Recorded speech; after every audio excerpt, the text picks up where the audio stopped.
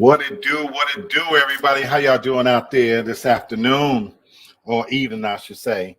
Welcome to another edition of Real Talk for Real Men. This Sunday evening, I appreciate you popping in, sharing the love with me. I know you could be other places, but I appreciate anybody that's stopping in to check me out. With that said, I'm going to bring on my co-host as usual. From the big M Town, Mick Mac. What's going on, Tasha Mac? What's going on, Black? How are you? I'm doing good, baby. What's going on with you this Sunday evening? Nothing. Just watching a lot of good football. A lot of This upsets today, isn't it? this has been a good football day. It really Yes, has. So absolutely. Well, of course, thank you for being here, sweetheart. Good to see you. And I see you got my brother from the Carolinas in the joint, Mr. Bird. What's going on, my brother? Hey, what's up, you two? How you doing? Man, we doing all right. How about yourself? I'm doing great. I'm just like Tash, watching some good football here. Yes, sir. Yes, sir. Yes, sir. So, look, I don't know if it's just going to be us three today, but all my viewers, a little full disclosure. I'm looking for a text here any moment. So this may be an abbreviated show. My sister and brother took my mom to the hospital today. Nothing tragic, but she's been dealing with some issues, and they chose today of all days on a Sunday to take her to the emergency room, but I am waiting to see what the outcome of it is. Quite naturally praying that it's nothing traumatic. This should have been done early in the week, but here we are. So with that said, I'm gonna be monitoring my phone just in case this all happened this morning and they did everything wrong. Just so you know. So at any point we're waiting to hear. But with that said, we're gonna kind of get this thing popped off, and we're gonna have us a little light conversation, even if it's just the three of us. And we're gonna be talking about today, what would you do? That's the title of today's show. So I appreciate my viewers. So if you're watching me, thank you for being here.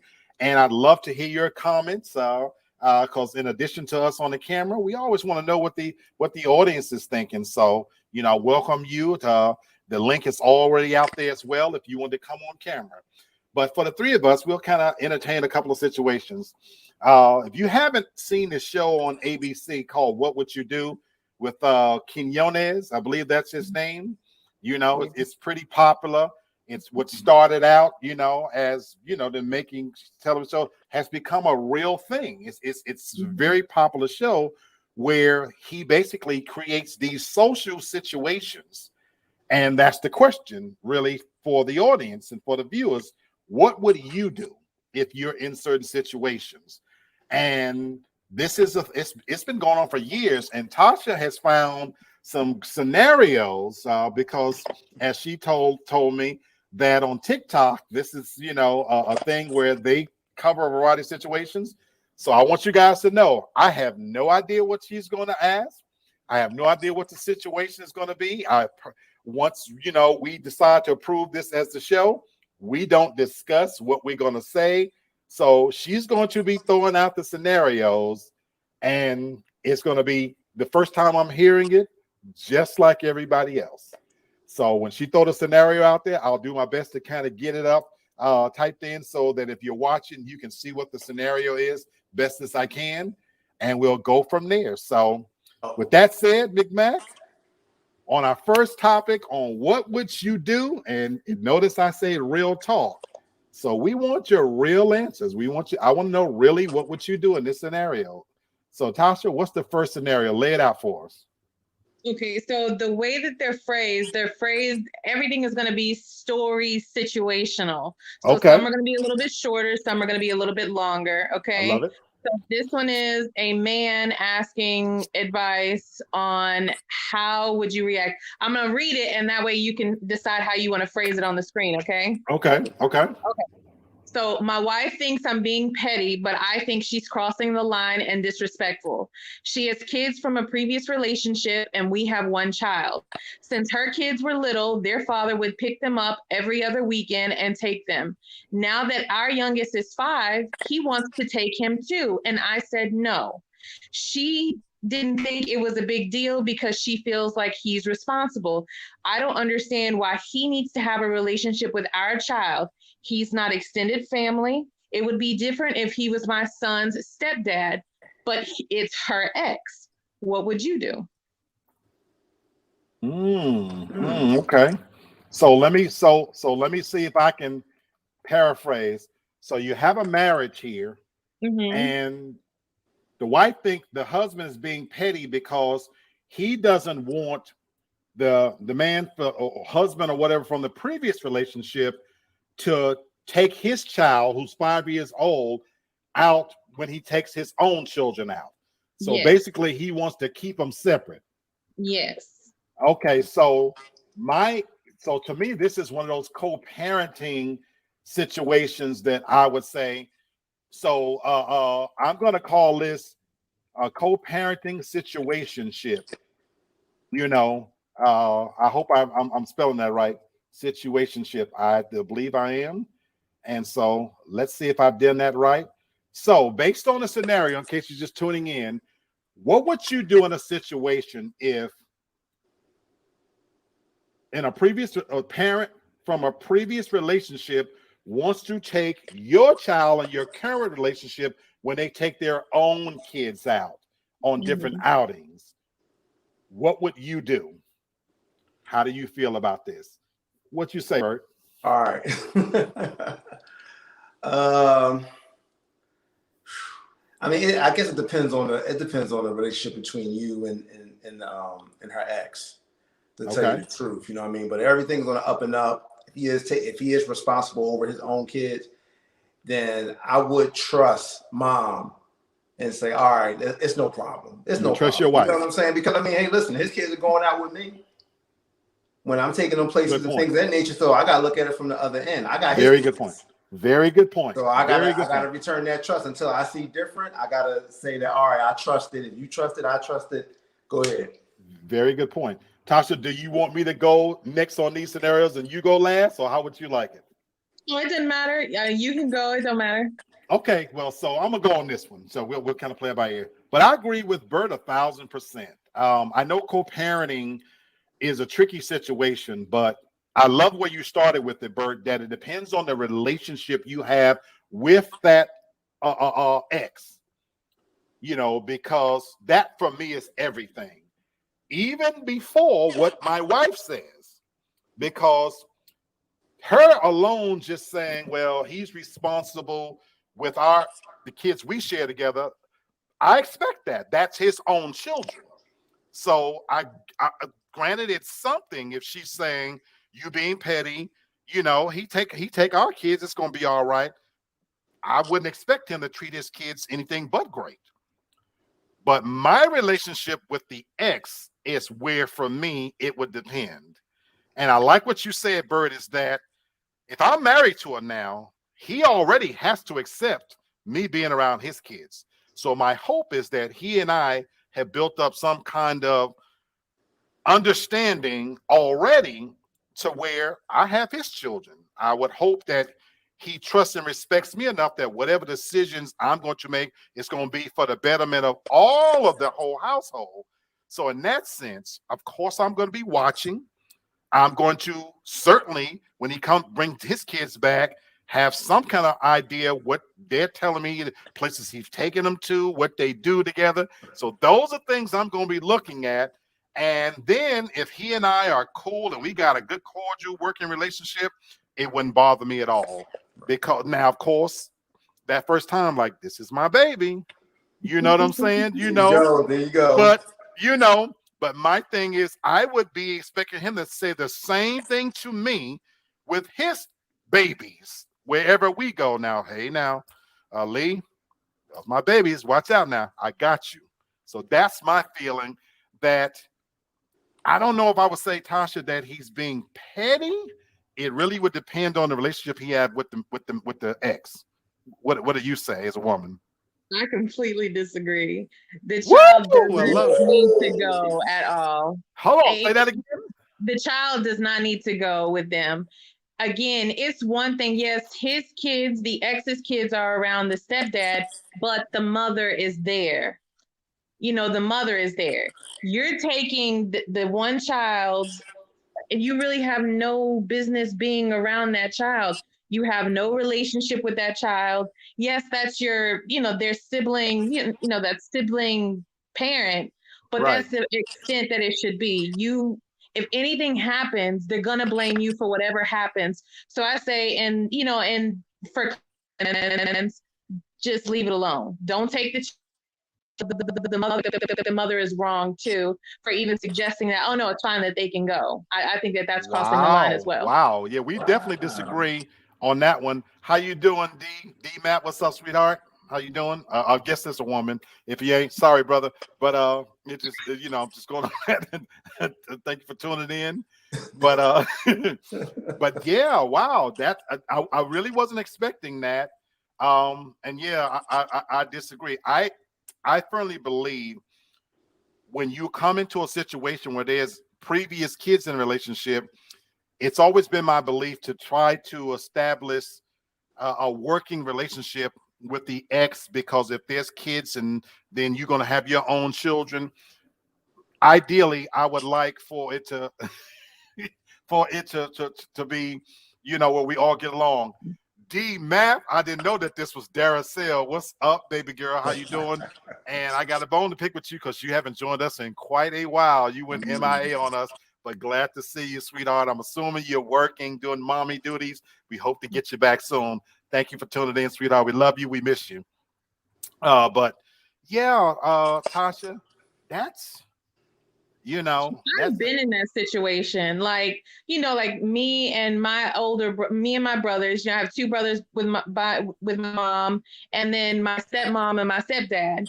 When they would trade us for, visitation, I always asked, like, if my little brother could come with us, just because I wanted him with us. That's all. I just wanted him with us. Right. And my mom was like, "No, I'm not his mother. I'm not responsible for him." Not that she would ever do anything to him. She's just, I'm not responsible for him. I'm not saying your point is not valid. It really is. I just didn't think about it that way, and it is a different way to think. What you say, Bert? Yeah, you actually had me thinking about that, because I was like, wow, I never looked at it from that point of view, because what I've always been exposed to, like, my dad, me and my brothers, we have different dads, but my dad took that brother with us on most occasions. But I never, so I was exposed to something different, but I never looked at it from that standpoint. I never did. I really didn't. And I'll add my own personal scenario to that, Tasha. For the viewers that know. I once was in what I call the Jerry Springer situation. Stop it, Tasha.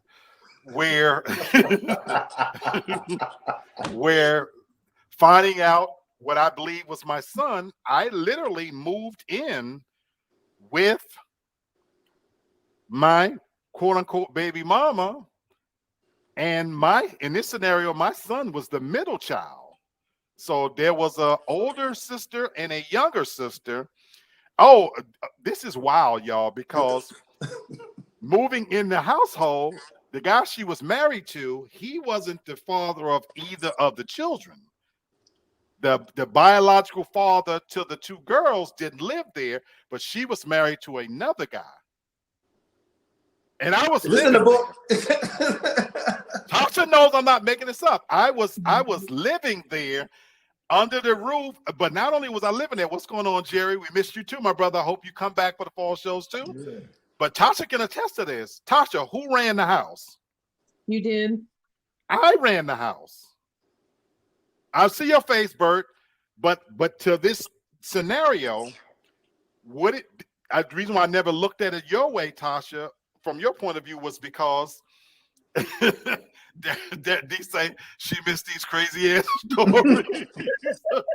Right? Look, you got me. Look, I'm waiting. And all these stories are true. This is not made up. Mm-hmm. But I didn't look at it your way, Tasha, because I always felt like, what would it look like if, let's say, me and him, when I went places to the mall or different, I only took him and there's two sisters there. You know what I'm saying? So I guess for me, I was thinking of it from the perspective of the children.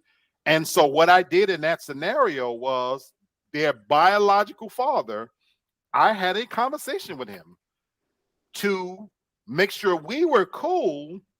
Now, what made this very unique was he thought my son was his son for the first 3 years of his life.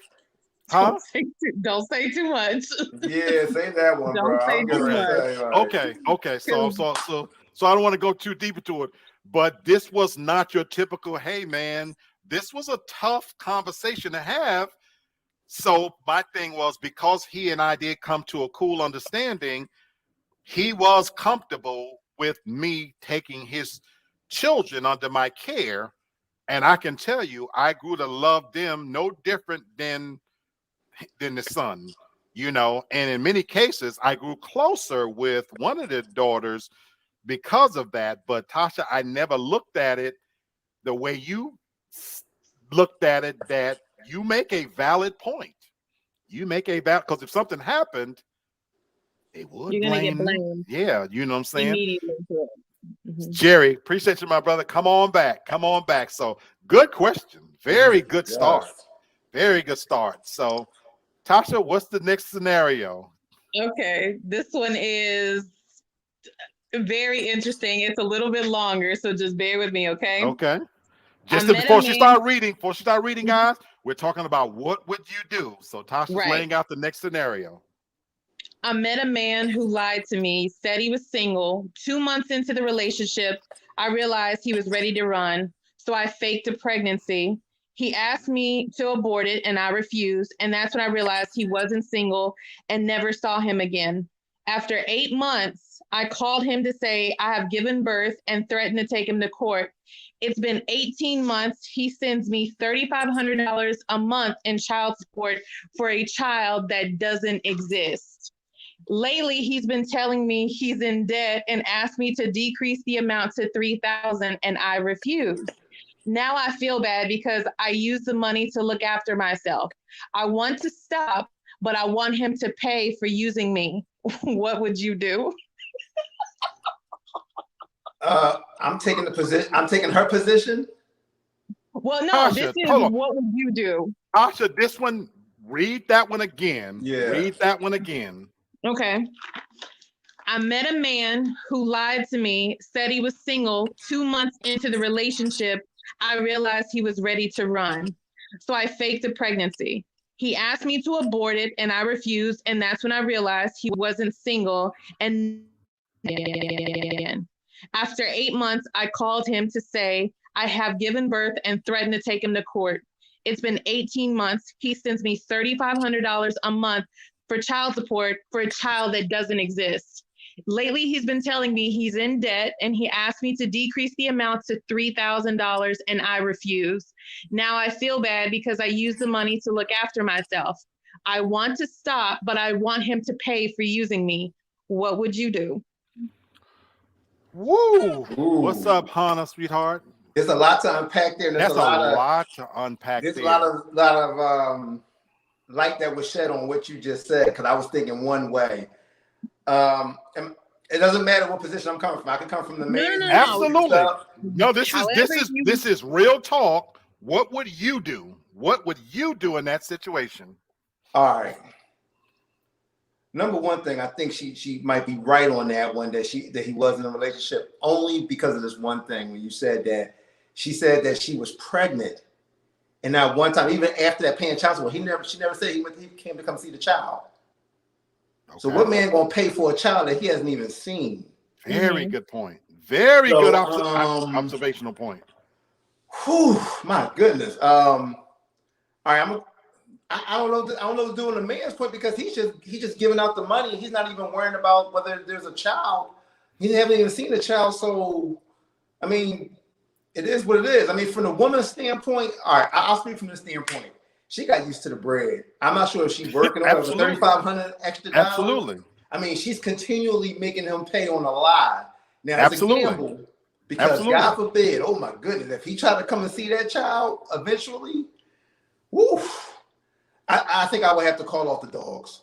I had to call off the dogs, and you know what I mean, maybe lower and try somehow try to wiggle my way out of it. But I don't know how can you, because a man gonna think like, well, all right, if you don't put me on child support no more, all right, what if he come to Jesus moment and wants to come see the child? That's woof. I don't know. You gotta just like, yeah, I would, if you're a woman, drop that pay, drop it down significantly, so that man won't be struggling for a child that he doesn't even have. Okay. Okay. I'm gonna start with Dee's last point she made. She says she gonna have that man in jail doing life. Now I'm not violent. So I'm not what I'm about to say next. This is not me trying to be funny or joking. I'm keeping it 100% real. So I there's nothing in my personality that's violent. Anybody who knows me, I'm actually against violence, to be honest with you. I've only slapped a woman one time in my life, and people know this. And I got hit back, and that was when I realized, hitting a woman for me, because I didn't like how it felt getting hit back. So, and so I've never been in a situation where it's been violent from that moment on. I was 17 years old when this happened. Oh wow! To that point, I like where D and I'm gonna start with D and Hannah said. D says faking a pregnancy is wrong on so many levels, but then to continue to carry a lie is worse. She's dirty. Hannah, woo, she said she's trifling for faking a pregnancy. So even from a woman's point of view, they're weighing the two sins. You brought up a good point, though, Bert, that to be paying, you're right. That if he's paying, you've never then truly dug enough to question to let me meet my child. So you're just paying blindly out of guilt then? So you're right. Maybe you really was doing some dirt and felt like, oh my God, she got my nuts in a twister, so I'm just going to have to pay. Having said that, which sin is worse? This is me. You're asking my question. The lie that he probably told to get them draws, or her faking a pregnancy. And I've said this before. Men tell more lies. Women tell bigger lies.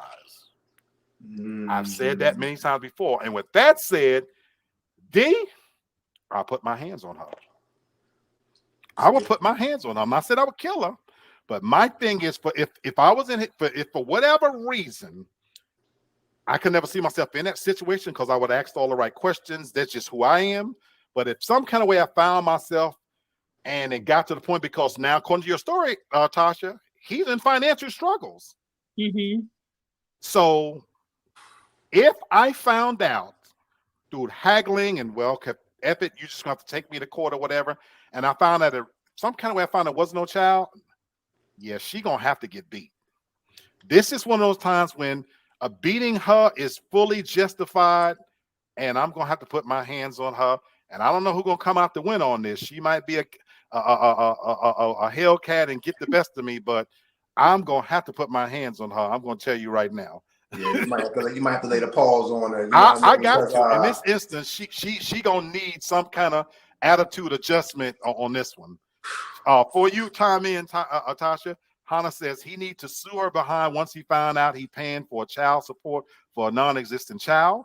However, he probably married and he never gonna want to see that child. D chimes in and says, but I'm sure she sent ultrasound pics and pics of someone's baby because without proof, most men won't pay. So he has to be absolutely convinced that she is good.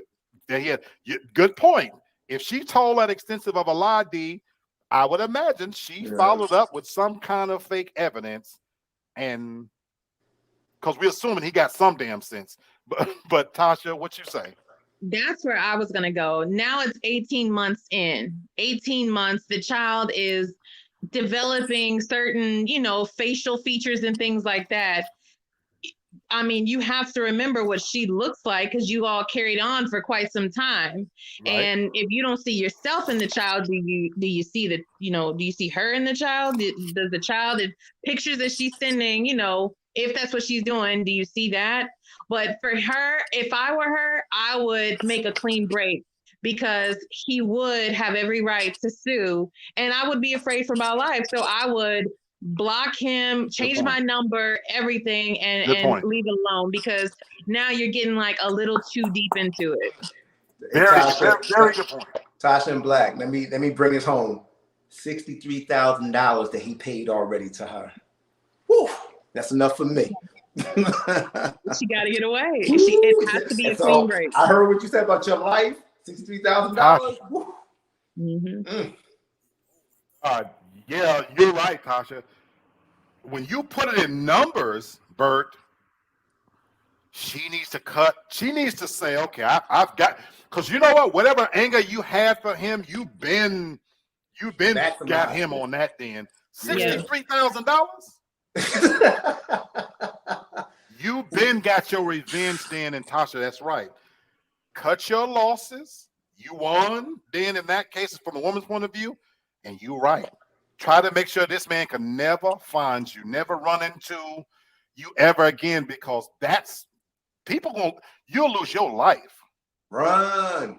You know. Run. You know. And Hannah, you say, how dumb is she to even put her business out there? Well, baby, we know people do dumb shit. Listen. You know. Because you're right, Hannah. That's a lie. If you're gonna tell that kind of lie, take that one to the grave. You ain't never lie. Take that one to the that grave. Get buried with you. That gets buried with you. You don't tell nobody that. Oh my God. That's bold to even put that out there. But anyway, Tasha, next scenario. The next scenario, we can just call it pre-wedding ceremony. Okay. Okay. My fiance wants his father to check my hymen the night before we get married. He proposed 8 months ago and we decided on a small wedding. Everything was going great and we are very much in love. I'm a virgin and so is he. We both agreed to wait until we are married to do it. He told me earlier that in his family, the father checks the virginity of the bride the night before the wedding. I thought it was a joke. He wants me in a small ceremony the night before the wedding so his dad can check me and his brothers and uncle can watch and know that I'm still pure. I told him no, and he continued to beg and plead and told me that his mom did it and will prove how much I love him. It's only one small thing. What would you do? Listen, I mean, obviously this is a cultural thing. Knowing me and my mindset, Dad, you ain't checking. I'm gonna keep it clean. You ain't checking that. I'm checking that. You know what I'm saying? Like no, I because you know what? I mean, I know my brain. I'm like, my dad was checking down here. That's gonna hit me on a few occasions, and then it's like she violated. Like, I can't do that. No, I can't do it. Right. I can't have him do it. No, Dad. No, I'm touching that. D, this is set up on so many levels, like you said, but yeah. And I'm gonna take both sides on this, just so you know. From the groom side, you're right. Clearly, this is cultural because we don't do this kind of shit in America, and I'm saying it. I don't think so. You know, this is some other cultural shit that they do in other countries, because nobody I know in their right mind is gonna want their dad investigating their soon-to-be wife, especially you ain't got them draws yet either. You know what I'm saying? Are you crazy? So you telling me that you gonna observe what's the word I'm looking for? Virginity. Y'all not gonna do anything, and then right before in a private little ceremony, not only is your dad gonna be putting his fingers down there, his brothers, your uncles gonna be there to watch, looking up a hoo-ha to see if everything's intact. Is you out of your damn mind? So first of all, you crazy as a damn road lizard to think that, you know, to even be entertaining that. You need to come on into the new century. Now the woman, what would I do? Baby, honey, run as fast as you can and as far as you can. Because if you thought this was a joke and he really is serious and telling and begging you to do this, and it's become a thing where he think that this is how you gonna prove your love and want to even bring his damn mammy into it to try to validate that this is a good thing, him, his mama, his father, and all his brothers, all these damn people is crazy, and you're gonna come up missing. Leave them damn people alone and take your monkey ass somewhere else.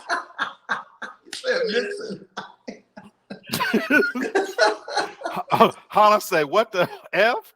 First of all, your hymen can be broken without even having sex. Word. Second of all, that sounds like a gang. Thank you.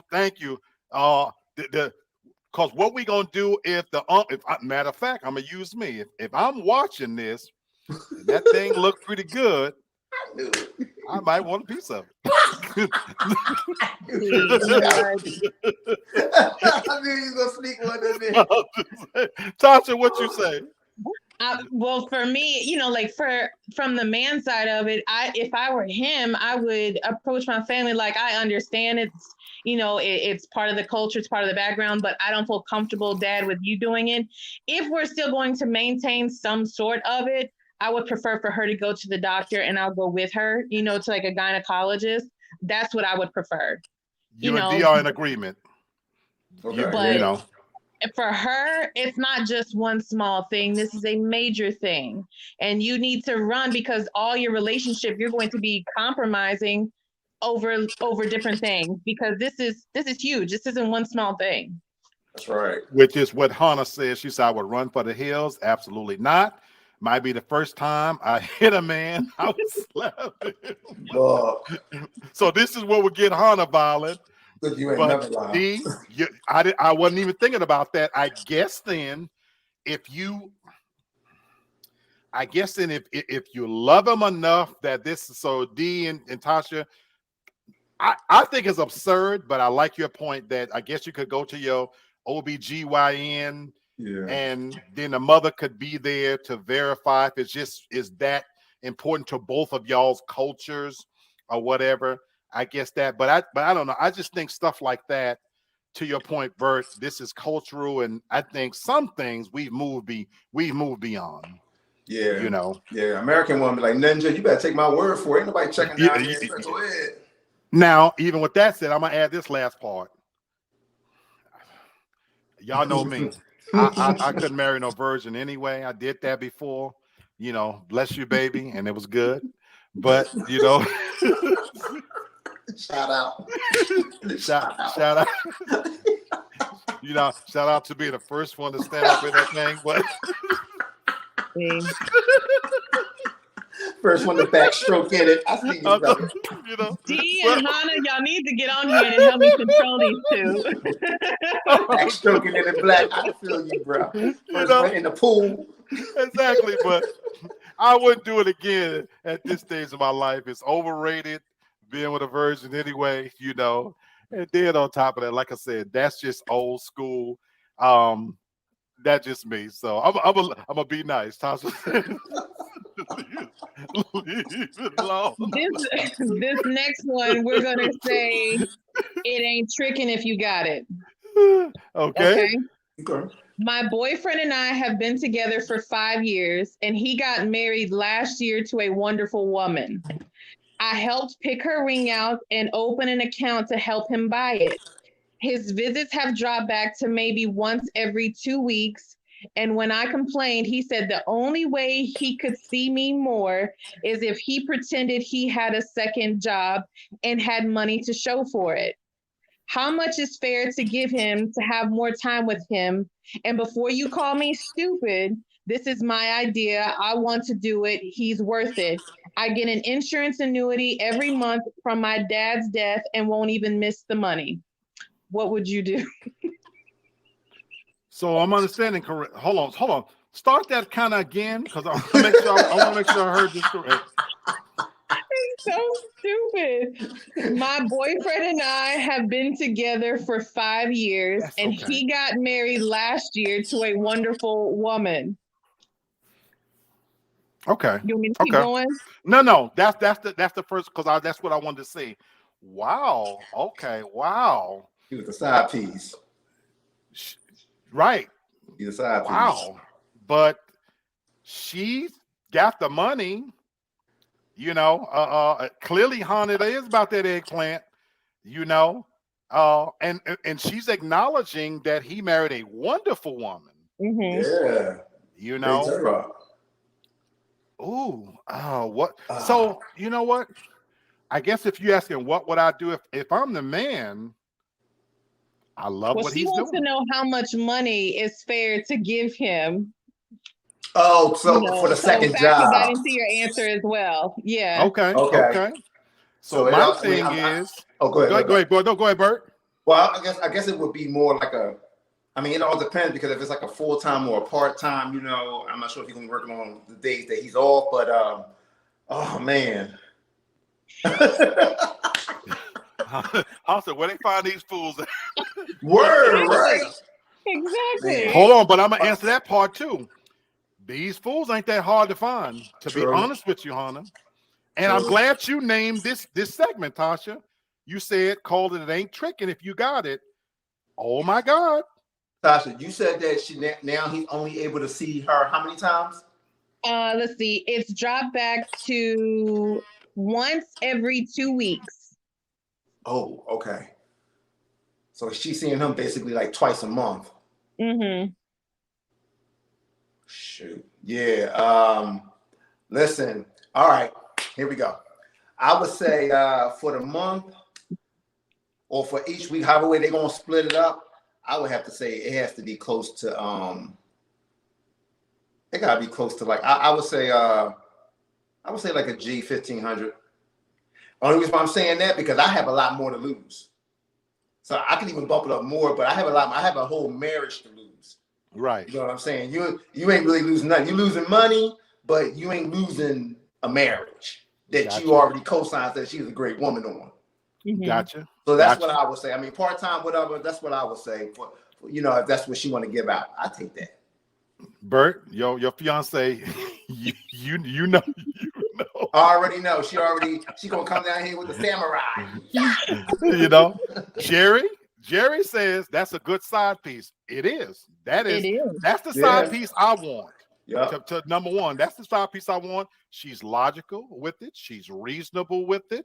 So Bert, Jerry, you're absolutely right. You know what I'm saying? Daracel says clearly she ain't wonderful, or he would have married her. D, she's not saying that the side piece is wonderful.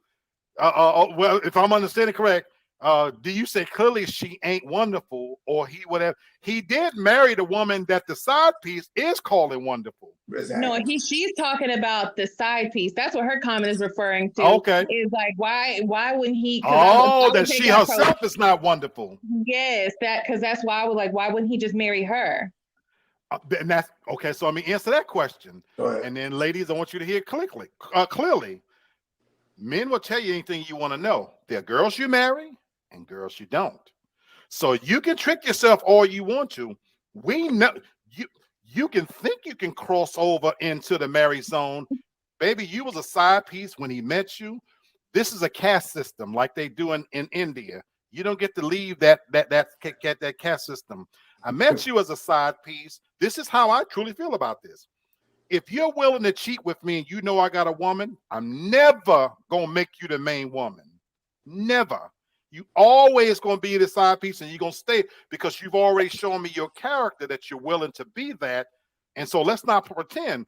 The moment we have to have that real conversation, I can tell you to your face, you know, what's your dude saying? He said, you know what this is. You know what this is. You know what this is. So let's not play with each other. You know what you not only you know what this is, you know what this was from the gate. So you never was gonna move up until you're right. She ain't wonderful. You're a good side piece to Jerry's point. So be a great side piece. Now to answer her question, it would depend on what kind of side job I say I've got.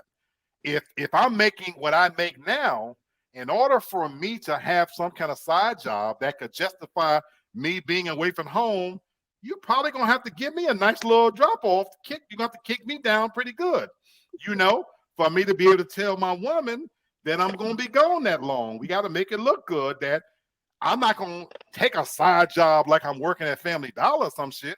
Exactly. You know what I'm saying? You're gonna have to make it make sense. So you got to dig deep into that little fund you got, you know, for us to lay up and feel comfortable with each other. Now, last thing, how you said where they find these fools at? I love that's why Tasha said call it. It ain't tricking if you got it. I know professions right now today, and I'm gonna call them out. Policemen and firemen. Policemen and firemen. They have it, a lot of them have it built into them. Then we lost Tasha. A lot of them have it built into their mentality that I'm gonna get me a side person, and a lot of them work side jobs, believe it or not, just to have trick off money. Bert, am I lying? You ain't lying, because I knew a firefighter, and I knew a couple cops, and that was the MO. That's what they do. That's It's the what it MO. is. And I'm sorry, I'm not saying Yeah, all not all. firemen and Not all all. policemen do it, but I'm telling you the people I know. And when I say people, I'm not talking about just one person. I'm talking about as a group. I know people right now with their mentality, and they'll use that expression Tasha said, shit, it ain't tricking if you got it. And they'll have intellectual conversations and tell you, well, I think I'd rather do it this way because at least I know what I'm getting. She know what the arrangement is. So, honey, it ain't that hard to find some of these fools that really is willing to have an established relationship and arrangement so that long as you keep your mouth closed, I will keep supporting you. It happens all the time. Believe more than we want to admit. Yeah. You know what I'm saying? What you say, Tasha? I have so many questions. Number one, why do you refer to him as your boyfriend and y'all been together for 5 years? How long was him and the wife together before or during y'all's relationship? Did he meet her in the midst of y'all's relationship or whatever it was? Are you really the side chick? You know, like you kind of seem like the sugar mama, you know, like you're bankrolling the life. You set up an account to pay for the ring. So you kind of seem like, it's all you. So I don't know. As far as the amount of money, she's a damn fool. She's a damn fool. I don't even know how to like even address that. She's just a damn fool. So I gotta tell a story. Go ahead, Tasha. I'm sorry, I didn't mean to cut you off, baby. No, and it's like she wants to see him more than once every 2 weeks. Why can't you just go and find somebody else to fill in that time? If you just adamant on keeping him, plan. You go find ain't somebody nobody else slanging like him. There you go. So Hannah was right for the gate. Sometimes some people just do it for you. Hannah said she want to remind you of something. She said, why are you giving money amounts anyway? What she say? don't be throwing out no amounts in there. You know? And let me speak for you for a second, sweetheart Hannah, because throwing amounts, she's probably thinking, you thinking about this a little too damn hard.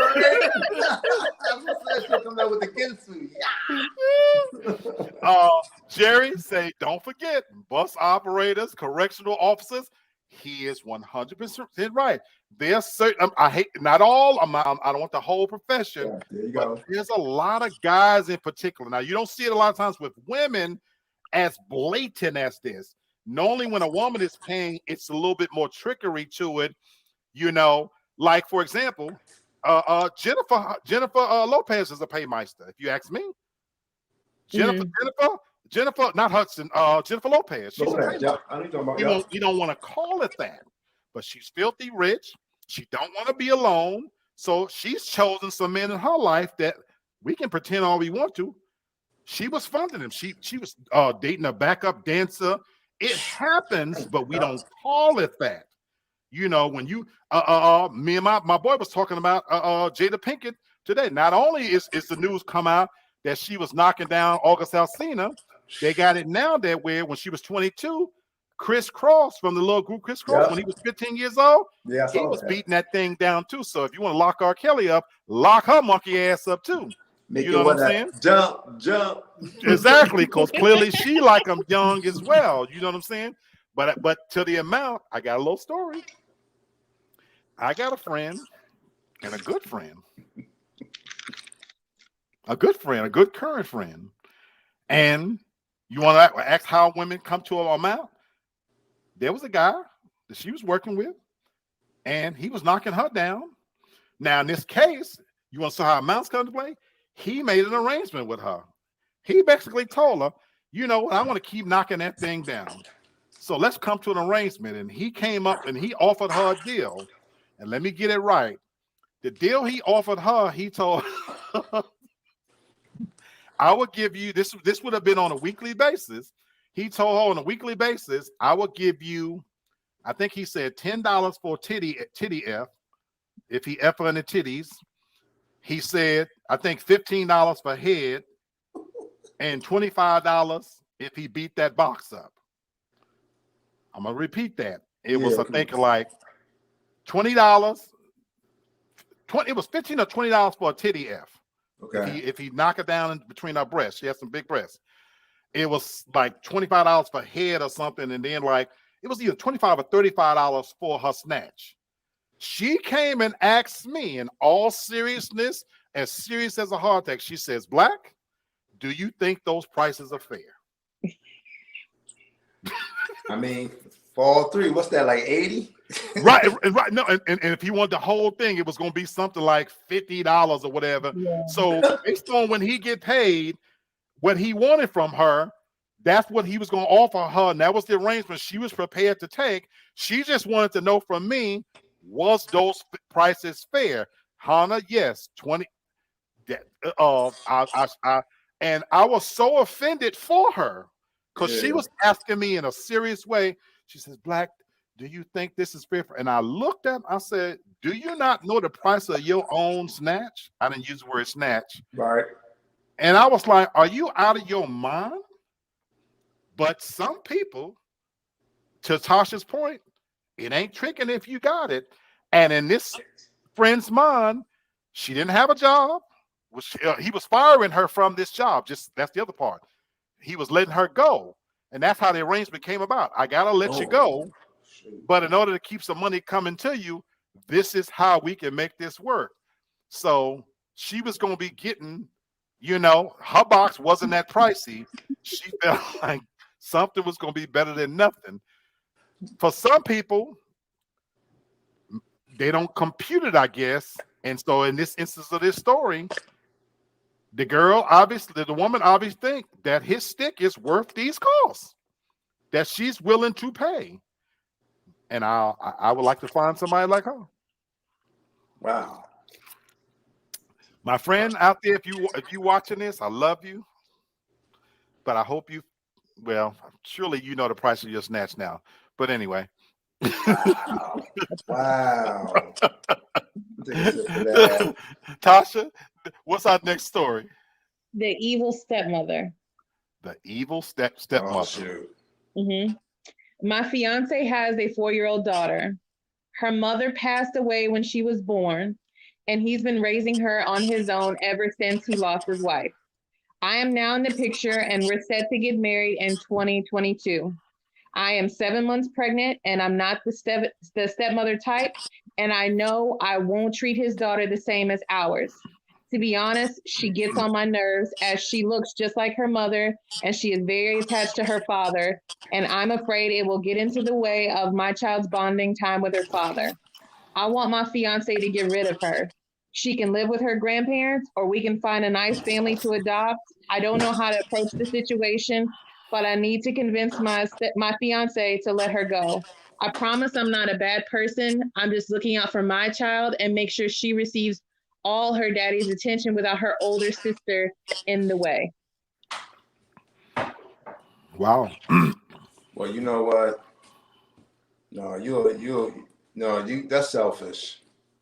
That's selfish. And I gotta run from you because that's that man's child. Yep. You know what I'm saying? At the end of the day, and for you to like give it up for like adoption or take it to the grandparents, like you know what type of man you making him become? Like he a stand-up man because he's taking care of his child. I mean, that should be automatic, but I'm just saying, for a man to do that and he's doing all that he can do, that's showing you if anything ever happened to you, that he will always have that child in his life. Like he would have your child in his life. I like that. And he would never throw it to your grandparent, to your mom or dad or anybody like that. So man, I ain't gonna cuss. You know what I'm trying to say. You're a selfish ass something. Like for real. Yep. Like, nah, you dead wrong. If I was that guy and you telling me that, I'm cutting you loose ASAP. I agree 1,000%. What's up, Hannah, sweetheart? Hey, you want to messing up my homework. I was Hey, like, let me come on here. Listen, let me give y'all the word. I'm gonna blink twice if I'm in danger because I know that. Okay. And she right behind you. But she ain't got no knife in her hand. I know all that. So, Hannah, you want to comment on this? Yeah, let me comment real quick. I'm going to say this. First of all, when you decide to be with someone, you decide to be a part of all of them. So that includes their family and their child. So you had someone who you knew prior to y'all got that far, had a child. So just like y'all, these women want men to embrace their children, for her to be that trifling of a woman, to even want a man to abandon his child, is beyond me, because you accepted this. So how does that look? Your child knows the other child as well. Yep. One day she come home, oh, dad sent her away. How does that even look? Because you might not just damage that child, you might damage your child as well, because they're going to think, well, maybe one day dad might do this to me. When they get older, a man could do whatever because their dad disappointed them first. So I feel like that's very wrong of her. First of all, if I was him, I would leave her behind, because I'm not marrying anyone who can't accept my child, point blank in the period. And for her to even think like that is a mindset that it might be worse. That's just something to her is minor, but it might be other things to follow that might be worse than that. So yeah, she's trifling. I agree with everything you guys said. And it's sad to me because this is some real Snow White type shit, you know. Yeah. It really is, you know, in real life. And what makes it even sadder is that I think this probably happens more than people ever admit. I'm more I ain't gonna say surprised that she is verbalizing it that directly. That look, she ain't, whoever wrote this, they're not holding back. She said, look, all I care about is my own child.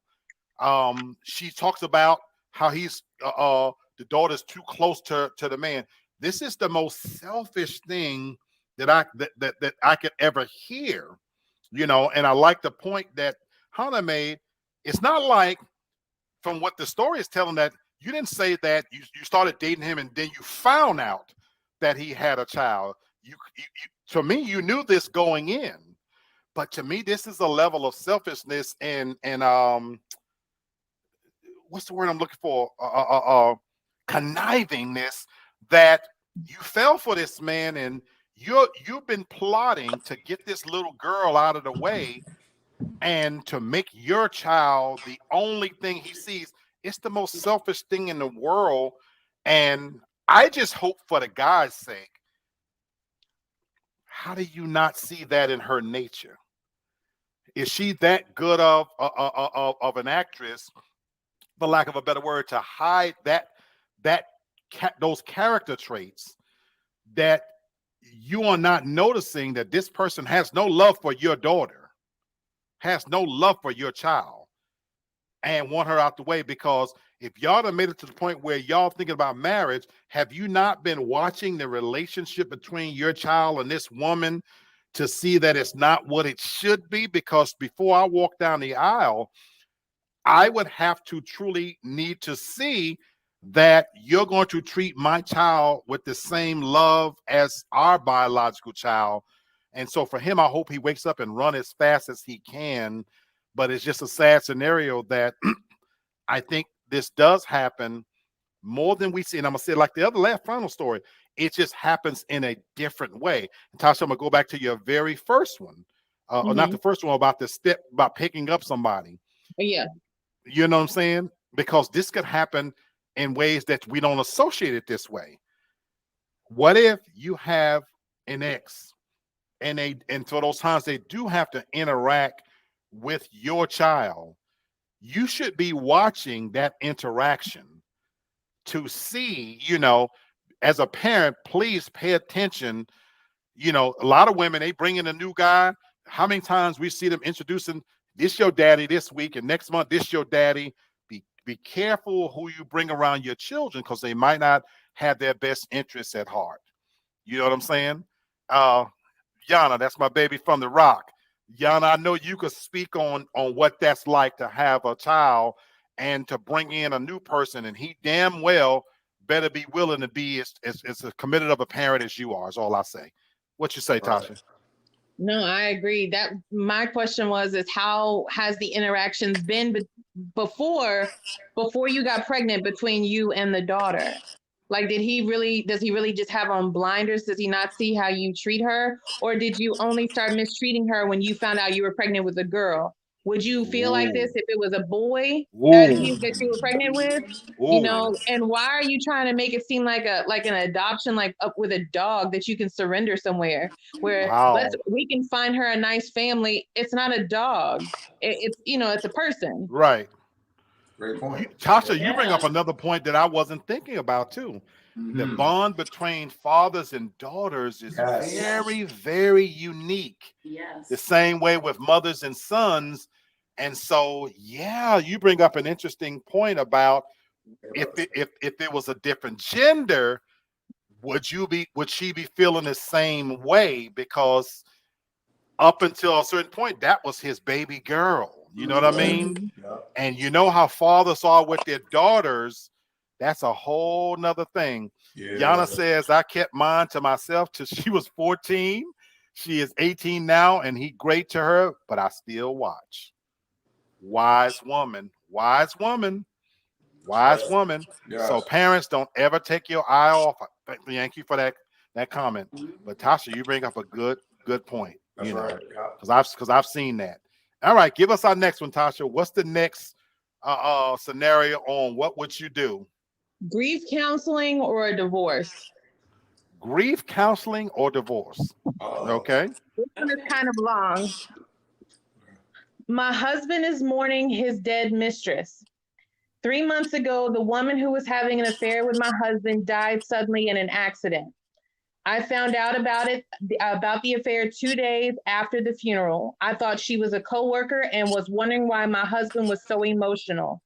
He quit his job saying that it was too traumatic to go back to work, and she was in the early weeks of pregnancy, and my husband doesn't know if he or her husband was the father.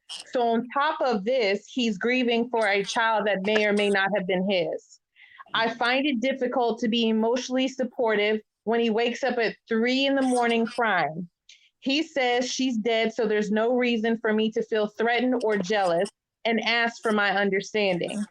We barely talked these last few weeks because I don't know how to respond when he cries and says that he misses her and wishes she was here. And then he tells me he loves me and he never was going to leave me. I asked him to visit a marriage counselor, and he says he's not ready to work on our marriage and thinks that he needs to go see a grief counselor instead. Ooh, wow. Yeah. Wow. Who want to go? Because that's a lot to unpack there. That's really a lot. Yeah, that one, Jerry, you're right. That one is real deep. This is a serious one here. Yeah. I'm gonna go first. No, go ahead. I always like my guests to go first. Go ahead, because I was gonna go if y'all wasn't ready, but go ahead. I'm speaking as a woman. I was about to say he can join her, but that's not the right approach. So I won't go there. But however, as a woman, he had more than just an affair. He has an emotional connection to that woman. So no amount of counseling or anything is going to change that, I feel like. Also, the fact that he's telling his wife, some people try to hide the mistress. He's telling his wife, you like this, I miss her. I want her with me. Basically, maybe if she was still alive, he might have left the wife for her if that was her child. Granted, she never was leaving her husband probably. So, because if that's the case, she would have left him when she found out she was pregnant. So I feel like there's a lot, me personally as a woman, I would file for divorce because you're emotionally attached to another woman. It's not sex at this point. It's that you are emotionally attached to the fact that you are waking up in the middle of the night, you're crying, you quit your job, you gave up your income. So at this point, you don't even care about what's coming into our household anymore. Wow. You're not even caring you're not bringing any money in this household because you decided to have an affair outside of this household. And that's where your heart lies. So therefore, I'm leaving because you won't go to counseling. So you're not even trying to fix this. You're worried about your emotions, but you're not worried about her. He's not worried about her emotions. Because if you worry about her emotions, you would see, oh, I understand that. But the living is grieving and upset because you had an affair and now she doesn't know how to process it. And then not only you want her to process this affair with you, you want her to process your emotional connection, and then have the love that she has for you as a wife to try to just overlook it, which is hard. So me personally, I would leave because I can't compete with that connection you have with that other woman. Very well said. There it is. Very well said. And that's I'm sorry, a lot. I said too much. I'm No, that's very well said, because you gave me a lot of points to consider. What's going on, Joseph? We miss you, my brother. Come on back to the show. You know what I'm saying? Yana, love, baby. So I'm assuming you're talking about this scenario, how deep love can be. You know, Jerry says an affair is an emotional thing. Either you show it or not, because it's not just a one night stand. I agree. So that is a very good fact. Hannah, Joseph said he agreed with you 1,000%. So I'm gonna say this. I'll say this. I agree with everything Hannah says. The part I want to, I guess, add in there is people grieve in different ways. So I'm gonna start there. Grief is one of those things, you know. So whether he believes his child or not, you know, according to the lady, you know, it could be. But the fact that he believes it, that's all that matters, you know, perception. So he believes it. And so this is one of those touchy ones for me, because how do you tell somebody how to grieve? You know, there is no right or wrong way for somebody to grieve. And you have to be careful there, because where you think, oh, you should be over this by now, you know, whatever that connection he feels and felt, it's unfair to me to tell somebody how they should grieve about it and when they should be done grieving with it. So if this man is waking up in the middle of the night, clearly grieving and distress over this, whatever that bond was, the heart wants what it wants. But that's the part where I'm going to go here. This is where I guess if I had to pick a choice, Tasha brings the question, grief counseling or divorce. This where maybe splitting up might be the answer, because he's refusing to acknowledge your relevance in this scenario, because you also you said it that your marriage is a living entity. This is my personal opinion. A marriage is a living entity. You have to feed it every day, constantly, or to die.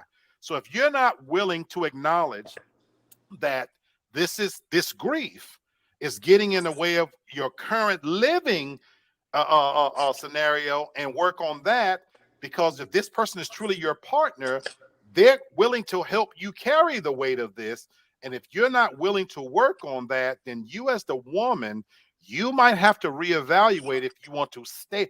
I'm not saying leave, but you have to evaluate that, because you got to ask yourself then, how long do I wait? Because again, do I let him grieve? At what point do I let him grieve to the point where now the damage is irreparable to what we have are trying to build? Or do you stay and fight? Because if you're married, it is supposed to be now for better or worse. It is supposed to be for better or worse. And this is part of the worst part. And I always have said this, whenever people talk about a marriage is 50-50, it's never 50-50. It's never 50-50. There are always going to be ebbs and flows where one person is carrying more than the other. So if this is that time when it's not fair, so to speak, but if you have to carry 80% till he works his way through this, then that's what you signed up for. And I'm not saying that's the right way. I'm just saying that's my personal belief. So that's why I said this one was very deep, because there's a lot to unpack there. Very much a lot to unpack. What you say, Tasha? You know, I'll say this. For better or worse, yes, but not when it comes to cheating. That was not in the vows. Whether or not you were going to be loyal to me or not. So I would put his grieving ass out as soon as I found out about it. You're not supposed to kick a dead dog. You're not supposed to kick somebody while they down. I would stomp on his ass. I would take his shit and set it at her graveside. And you and this bitch can have each other, and whatever else may or may not have transpired. Absolutely not. You get no time with me. And then you quit your job. Get the hell out of my house. I want nothing to do with you. No, You can go, and matter of fact, you can go to the husband's house and y'all can cry together, but you can't cry here. There's nothing left Damn, to talk Tasha. about. No. Damn, Uh-uh. Tasha. Hold on, You hold got on, no hold on. Tasha, I you got a felt question. like I felt. I got a question. I got a question. So I got a question, Tasha. I got a question because before y'all women start saying it again, put his grievance before y'all go there. So if once he cheated, I agree with you if that was your sentiment when it first happened. But when you stay, to me, the moment you decide to stay to try to work it out, now you don't get to go back. It sounds like she chose it. Now, when he first She didn't found out know, he though. cheated, huh? She didn't She know didn't until he find died. out She until died. 2 She days didn't know. after the funeral. She found out when the mistress died that he had an affair. But check it out. Here's the real thing right here. Clearly, Okay, Tasha, she then loved. you might have a Clearly, point. she loved this man Mhm. because she found out, and then she was willing to go to therapy. She was. No, that's what she said. She said she wants to go to therapy and work it out, but he denied it. So my thing is this. Thank you, Bert. Thank you, Yeah. Bert. So she's willing to hang in there. All right, you told me to Thank keep you, our Bert. secret. You know, you let it out. All right, fine. I'm willing to stick it out if you go to therapy. Now, here's my thing. Now, the disrespectful part not only was because of the cheating, was because of the fact that he never took into account her feelings after he told her how she could be feeling. So he negated that. Now, he should just go ahead and go to therapy so it can make that bridge. Then he can go to grieving therapy, whatever you want to call it, to kind of clear all this stuff out. But at the end of the day, she knew about it. He told her. She found out whatever way she found out. And she said, listen, I'm going to stick this out. I'm going to stick this out. Let's do some counseling and we can get it together. Only reason why she's thinking about divorce right now is because of the fact that he went ahead and said, no, I don't want to do that right now. I need to deal with this and process what's going on with my ex or deceased lover. Right. And he can process that at He her quit his grave job. every He's fucking trying- day because that's where he lives now. Yeah, and that was disrespectful too. You don't give him no check now, bro. Tasha ain't giving him no slack. No. Now I gotta take care of your cheating behind. Oh, Jerry said quitting You the job broke was a and bit too cheating. much. You know, That was my thing. You quit the You job broke and because it was cheated. too traumatic for you to go back there because she's no longer there. So was y'all fucking at work? I got to know. Oh, So Damn, these bills Tasha. not traumatic. These bills Damn, piling up because Tasha. you want to quit, not traumatic. damn, Tasha. but you signed up and you're hanging in there. That's my You'll point. be the mistress. That's my point. Yeah, Welcome, all right. Sherry. I ain't Welcome, hanging in. sis. But What's that's up, my everybody? point. That the moment that she signed up and she went through the counseling and stayed, but to your point, Tasha, if that's your visceral reaction when it first happened, then I would, and you're right, I respect that. But she wants to work it out, Tasha. She does. And she's as crazy as him, so they deserve each other. I agree with They Jerry. deserve each You other. cold-blooded. You cold-blooded. I don't think Tasha Cole, brother. Look, we answering No, as I really women. would do that. I really Listen, would do as that. a Like man, I if would you sleep with do a snore. something like that to me, I do believe in I'm gonna get even. I want you to feel just as bad as I do. I do believe in getting even. Ooh. And that's why I've always said, if I get caught cheating on you, you ain't got to leave me. I'm going to run as fast as I can. No, and I mean, I've always said this because I'm not giving you get some dick free card for you can cash it in whenever you get good and damn ready. If I was Kobe Bryant, God bless his soul, when he got caught, he bought his wife a $4 million ring. I couldn't stay. Because my thing is, you're giving her forever get some dick card because whenever she ready to cash that in, she can say you cheated. So That's to right. me, if I get caught, then I'm going to leave. You know, I can't live with the thought is always over my head. And anytime she wanna cash that card in, she can do so. You know, Joseph say his infidelity can cause his wife to contemplate suicide. Wouldn't he be concerned about that? Very good No, point. he too busy Yeah. crying and I think shaking about that and all scenario. upset about the dead woman. So no, he ain't thinking about his wife at all. Tasha, Jerry said that's why he don't mess with y'all red bones. Oh, you know what? That's okay. What the heck? That is all right. Because I believe in getting even. Jerry, You mean that with your whole soul, Tasha. You saying that, right? Nothing wrong with it. Jerry, I like them red bones. The key here is not to get caught. Don't get caught. That's not the What's key up? here. Don't get caught. Sis, my sis is, as y'all can see, she laying up in the hospital bed and joining the show. What's going on, sis? I'm good, y'all. I'm What's listening. up, sis? See, I'm going with Tasha. She said she ain't going for that, but I tell you one thing, Tasha, I beat him first, then I can eat her. See, don't get caught, fellas. Don't get caught. That's the key. You hear it? But I've cheated in every relationship I ever been in, and I'm gonna continue You know to what? cheat. They just You don't have know to know what? that. But okay. You know what, but look, he didn't even get caught. This fool told her. See, that's Thank you, his Joseph. stupidity. Fool told her.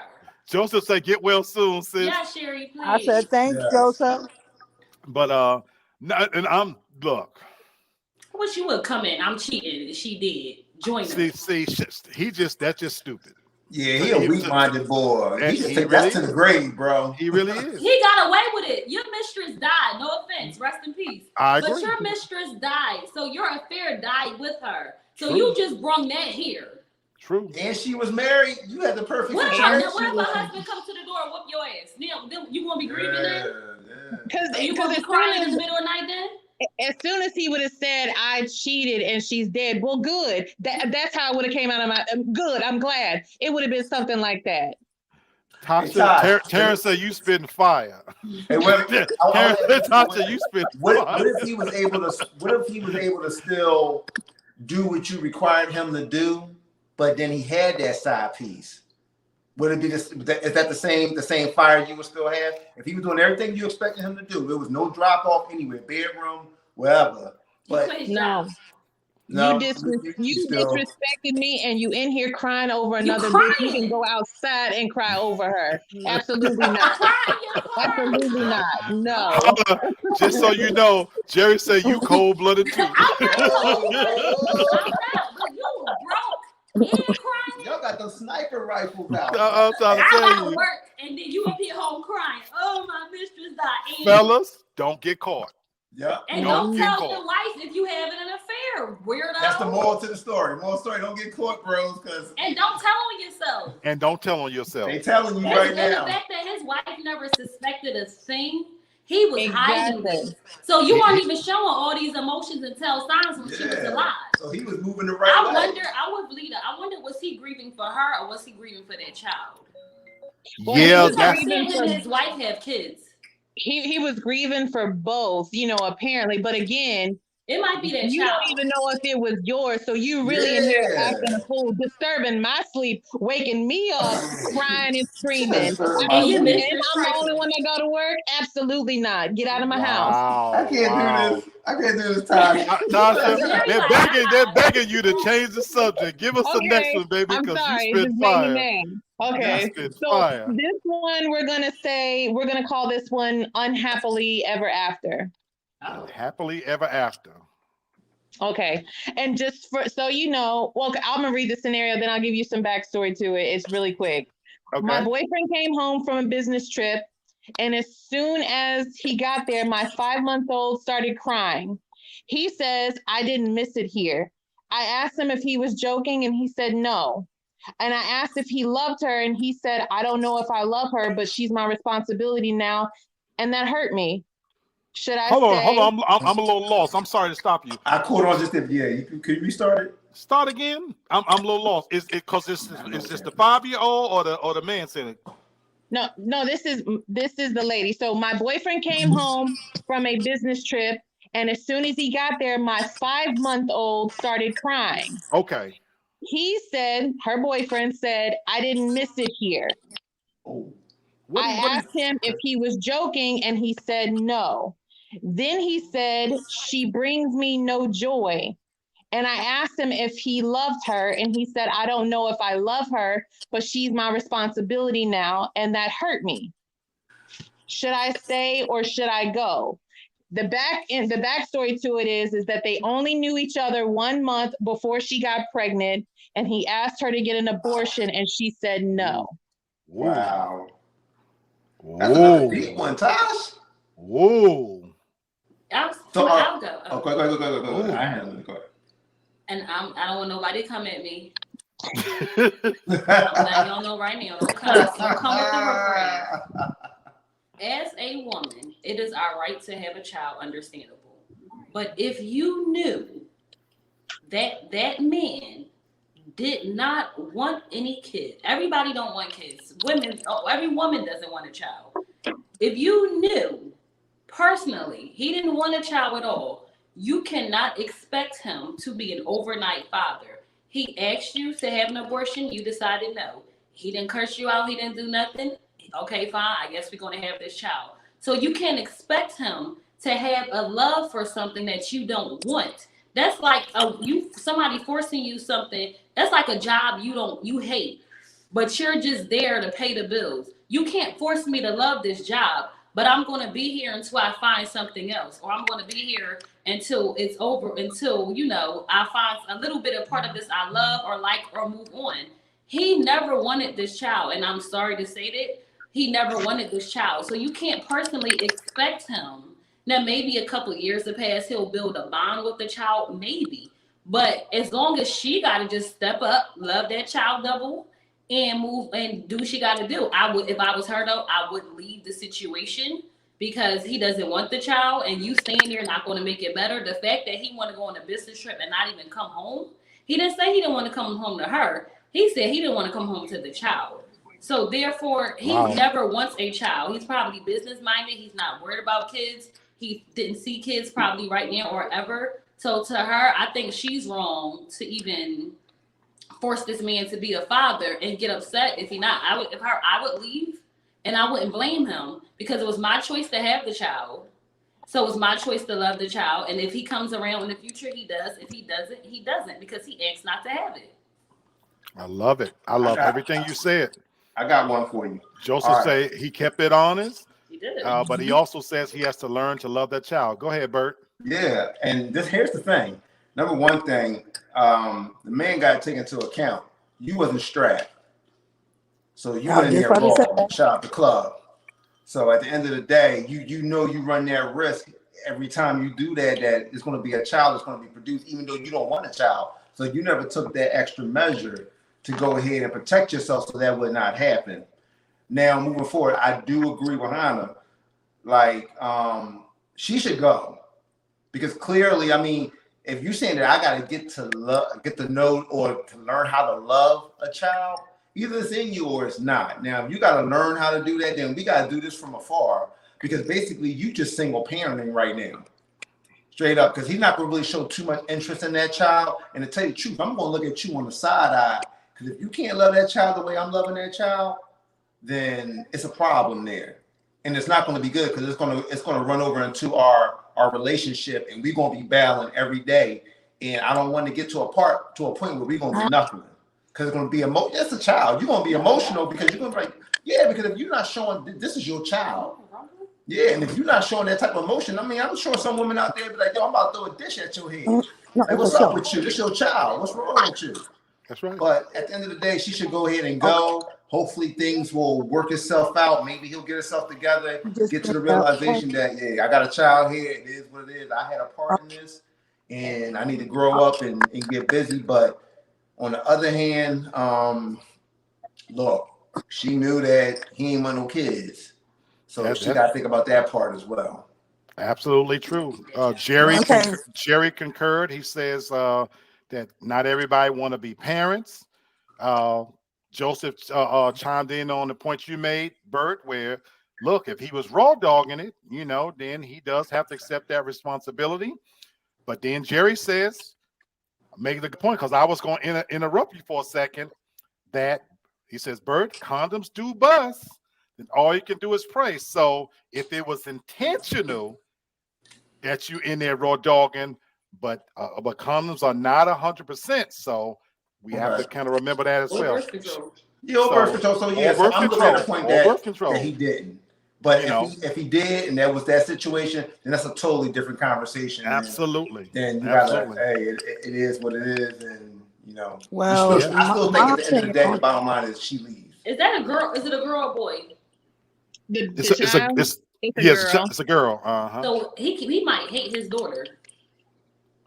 He Well, says he doesn't know if he loves her, but but she's my responsibility now, right, is what he said. right. Okay. And I'm gonna comment on that part too. Sherry, what you Okay. say? I say, first of all, like Bert said, first of all, if you're not using a condom, you already know it's a possibility you can get her pregnant. And if I'm dealing with somebody and they ain't using no condom and they get me pregnant, you come talking about that you ain't liking my daughter, then you don't like me. I'm gonna beat you, you getting out, or whatever the case may be. I'm gonna take you for everything that you got, or whatever, because this bottom line is you knew what you was getting into before you got into it. You're a grown man. How can you say that you don't love a child that you helped make? Okay. And if you told me that you didn't want a child, I would tell you, well, it's my sole decision right now, because you knew that I could get pregnant. You know, that happens every day. You know what I'm saying? You can't do that. You're not supposed to wait until a person get pregnant, then come talking about, oh, you don't want no baby. You know Okay. that it's a possibility you can get a person pregnant, or make sure when you don't want a baby, you make sure that you put a sock on it at all Okay. times. Okay. Bottom line. Good. Very good points. Tasha, what you say? I guess for me, that has got to be a question that you, even if it's like a one-off, you got to start asking people, what are your views on abortion? Ask people, like just in case, like if you were to get pregnant, what would you do? Because I think that might help deter some people from messing with certain people. There you go. There And you in go. this case, y'all didn't know each other. You had no business even having that baby. Let's just be clear. For me, I'm very pro-choice. I always think it's a woman's choice, always. And in this case, when he asked you initially, like Hannah said, to not have to have an abortion, that should have been a red flag for you right there. He's not going to feel about that child how you feel about that child initially. Maybe it'll come later on, but maybe not. Very good point. So I want to acknowledge Jerry says I had two women that was in my life that they would snatch that their snatch could pull a condom off. Whoa, I misread that at first. So Jerry, I've had a few of those in my time too. When them vice grips go down, yeah, Rip and turn. yeah. There's a technique there that can pull that thing off, and you ain't gonna stop motoring, just because the cover come off. Joseph says, I think he was probably strapped, being that he didn't want kids. It's a possibility the condom was even tampered with. I don't know the whole story, so all I can do is speculate. Absolutely. Yeah. Mm-hmm. So let me say, facts. I believe you, my brother. So let me say, but she never said that he always She's not gonna say it. was strapped. She never said that. So let me say, on all the points, everybody got great points to make. But I want to come from, this is where, to me, this one is a tough one and it's serious, because I think about what my sister Sherry said about, that you're a grown ass man, you should know that, blah, blah, blah, blah, blah. Well, I'm gonna start this just by saying two people laid down or stood up or however y'all did it. So to me, it's funny that, two people could agree to have sex, whatever the circumstances are. And then now it produces, there's a child. So we all speculating whether or not he had a condom, if it was broken, tampered with, whatever. But now that we know that you're pregnant, this is where I'm passionate about this part. Tasha says she's pro-life. I am as well. I'm pro-choice. You as the woman, you're holding all the cards at that point, because it's your body, your decision. So if you decide to make that decision, it's unfair then to expect me to just fall in line with whatever decision you make. And Tasha's right. If it took two of you to lay down, shouldn't you have been asking those questions of that person? Do you want children? Because it's both of y'all responsibility to make sure that if you're having sex, that you're not getting pregnant, whether he has on a condom or not. But we all, as we said a minute ago, no method is foolproof. So in the event that if he's told you don't want children and you didn't do everything in your power to make sure that you didn't get pregnant, and now it's happened, You have a decision to make. It's your body, your choice, but you can't expect him now to change his views. I wish in a perfect world that, oh, goo goo gaga, it's a baby. Now I'm going to fall in love. Hell no. You know, some people don't want children. I never wanted children. There's a good part of my early life I thought I did, and I truly came to realize I was not cut out to be a father figure. That is just, I didn't have that parenting thing in me. Now, with that said, I done raw dog many of chicks out there. So I also knew that if it happened, you have to be prepared that if it did happen, now you have to step up. But here's the key. That still doesn't mean I'm going to love the baby. I would step up and be responsible. I've been in situations where a woman has come to me and says, Black, I think I might be pregnant. Okay. And I shut the F up. Because my thing was, now what? Because too many women out there sometimes think that once it's announced that there's a child, that some kind of way you're supposed to fall madly in love and this and that. It doesn't work that way. So my thing is, there were some women that even though I was raw dogging them, whether they got pregnant or not, I still wasn't going to be with you. That still didn't mean I was going to love the child. In an ideal world, maybe to your point, hon, I would get to love the child. You would hope, but there's no guarantee of that. You know what I'm saying? So time will tell, you know, whether I would or not. But my thing is, not everybody's cut out to be there. And this is where, to me, the woman in many cases has the unfair advantage, because we can only suggest. The man said he wanted an abortion. She decided to move ahead and have it. Well, once you make that unilateral decision, then you have to deal with the consequences behind that. And so I agree. You need to probably walk away. Now, do you hold him responsible? Yeah, you know, because again, both of y'all was there, and you can just hope that he loves the person. You know what I'm saying? Giannis has a few comments. She's saying, "Mama's baby, daddy's maybe. He wants to be daddy today. Maybe he don't. Absolutely." She says that's not going to happen. I'm not sure what that part is about. And Giannis says, "You're a great uncle." I am a great uncle. I am a great uncle to her beautiful daughter. And now, and this is one of those cases where, had that been my daughter now, but again, you're talking about somebody that, in this case, where, you know, I would have been okay with that being my mom's baby, my baby's mom. You know, she and I had a good connection. The sex was spectacular. Spectacular. So with that said, so that would have been a great month, because there are certain women that you also know that if I'm raw dogging and a baby is produced, okay, I could deal with her being my baby mama. But there was some out there that Jimmy didn't have a cap on, and Jimmy took his chances, and Jimmy ran away too, you know, and that's why I put many of them in the rotation. So by the time it got back around to me, I was going to be able to point the finger at some others out there. So it is what it is. So also, fellas, just make sure you had that conversation with her, whether it's one night stand, whatever the case might be. Had that conversation early, so you know where you stand, just in case, and take it from there. Absolutely. And know too. But women, to my female viewers out there, please know that a baby doesn't miraculously mean that y'all gonna be together, you know, and y'all is making me laugh. That y'all gonna be together, and that, oh my God, everything gonna fall into a great state of mind. So you need to be asking those questions too. Well, baby, again, it was good. Some of my best experiences, you know. I'm done. Yes, indeed. Yes, indeed. Oh, you gotta tell that to men too. Because some men, and I'll say this, not a lot, but some men think some married men think if you had kids, you won't file for divorce because you have kids. So you got to say that both ways, because some men think the same way, and kids could not change the situation. Sometimes you're right. Kids can bring more pressure. You're right. To the situation. You absolutely right. You absolutely right. So kids don't change the scenario.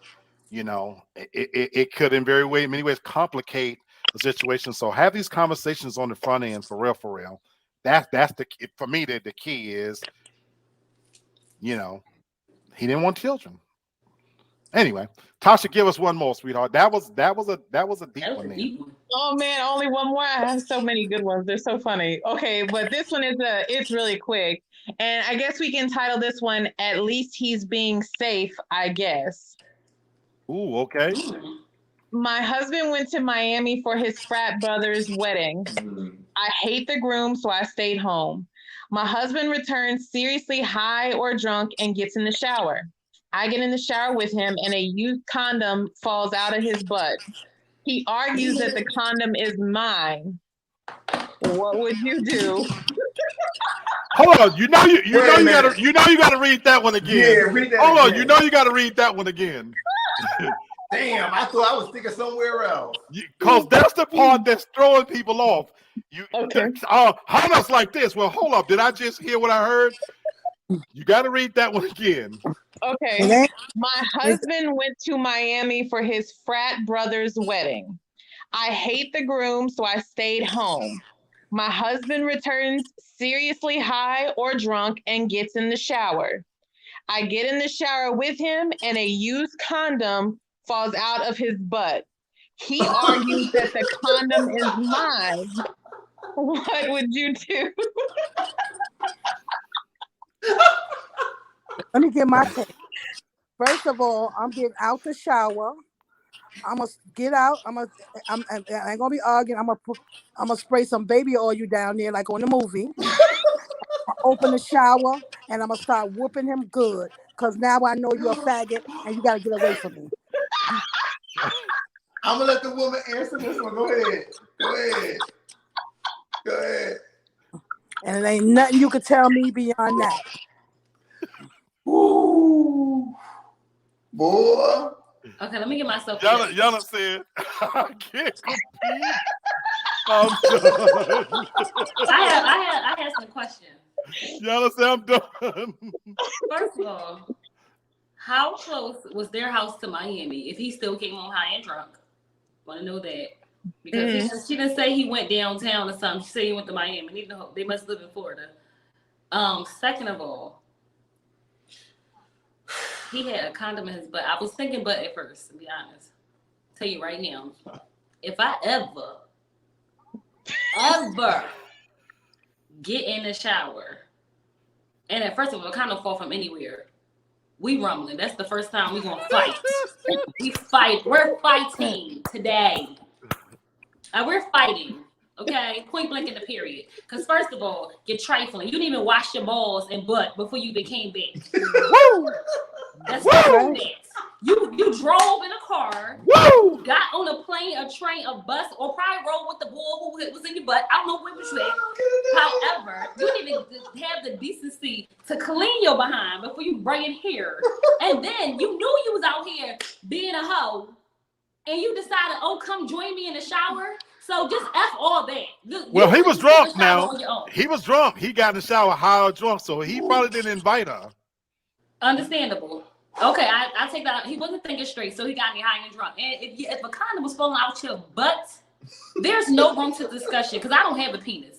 So I can't put nothing up in there. And I ain't putting my toys in there. So I'm out. Because clearly, whoever was ramming up in there, they was having a good time. He was going so hard that he left it in there. I'm going. You can join your frat brother, your boyfriend, whoever he is. Y'all can go back to Miami that night. I'm with Sherry. He's going to get more than hurt because you trifling. And yeah, we going to fight. Point blank period. We fighting. Bert, to your point, we letting the women go first because this one is. Hannah said that part about the condom in the butt. Like your butt? She said, I got a pocketbook. I can't compete. It's over. I'm going to jail.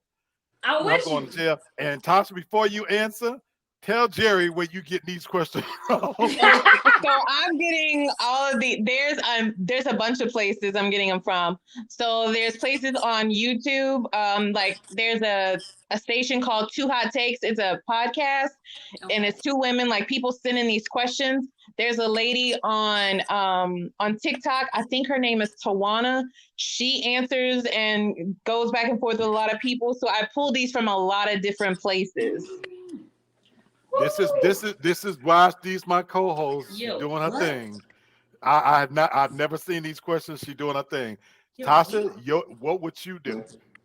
There is so much violence that would come out of me because you're not going to come in here and try to make it seem like that it was my condom that just miraculously just appeared in the shower as if I had been doing something. That's didn't your hear butt, part. not my butt. And how can you not feel it just slide on out of there? I didn't hear that part, Tasha. I didn't know he blinked her.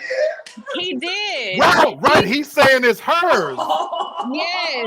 He argues that the condom is mine. That don't even make any sense. So are you trying to say I raped you? Like, what are you getting at now? Like, I don't understand that. Mr. Funky Dude, Yo, what? you walked into this last scenario. Just so you know, he said, "What did I walk into?" Today's episodes was called "What Would You Do?" So we've been talking about scenarios, and you coming in on the tail end of our last scenario. No, we gotta do one more because there's Okay, one more that y'all have to do. Okay, Tasha says, because I thought that was the last one, but Mr. Funky No. Dude, just so you know, Tasha, read this one again so Mr. Funky Dude can see what he walked into. Okay. My husband went to Miami for his frat brother's wedding. I hate the groom, so I stayed home. My husband returns seriously high or drunk and gets in the shower. I get in the shower with him and a used condom falls out of his butt. He argues that the condom is mine. What would you do? Why are you laughing? That's not That's funny. what you walked into, Mr. Funky Dude. Why are you laughing? Because I'm a visual person, so I'm creating the whole Oh, concept. see, me and you is here. Bert, me and you is on the same level that I'm visualizing this for a reason. Go ahead, Bert. There's All a right. reason why I'm visualizing this. First thing I'm gonna say is keep the lie alive. Keep the lie alive. Because if a condom is falling out of a man's ass, it's a wrap, bro. It's a wrap. There's no coming back from that. There is no coming back from it. So There is I no gotta keep coming that lie back alive, from it. man. Like, goddamn, like we just gonna be scrapping the whole night. I'm gonna force you to believe that condom was on you. Thank you. Oh, That shit y'all came asking out your what would we ass. do? The question is, what would you do? Unless you got video proof, I'm a lie, and I'm sticking to that lie until you believe that lie. That is not my. But I saw it come out your ass. That did not come out my ass. That is yours. You know. You must have had somebody here. I'm gonna go down with that lie. Yana, when somebody's been in your ass, and that when I said the visual part, it is very visual for me because on those occasions where I have had anal sex, you know, I had one of my other exes, and her snatch was a little too wide for me to enjoy it. So we had to have anal sex for me to get something out of it because she was real thin, hitting that box. It was just bone on bone. It was just way too much work. And this was when I was in a good physical condition. So we end up doing anal sex so I can get a little something out of it. Plus she enjoyed it as well. But yeah, that condom sometime will get stuck in her ass. And it wasn't my place to tell her you still got a condom stuck in your ass. So I don't know when she left. Whatever our situation was, you know, so I guess it came out at a later date. So that's why visually I'm picturing her probably being in a shower, and at some point, I guess she washed her ass, then the condom come plopping out. So you can't feel a condom in your butt. That's apparently just nasty. Guys. That is your job to tell her that the condom came off. That is your job. that is not my place to But I'm saying you don't feel Good job. anything in your You know? behind. Women, That's I mean, you tell me. I can't answer that. That's because just that's straight one of those things where, baby, take that home with you because now done knocked you in the ass, going up out of here, you know. He was at a wedding, not a frat party. He was at a wedding with his frat brother. Okay, now he bring up a good point, but Mr. Funky Dude, you said that it could have been something his frat brothers put between his cheeks as a joke.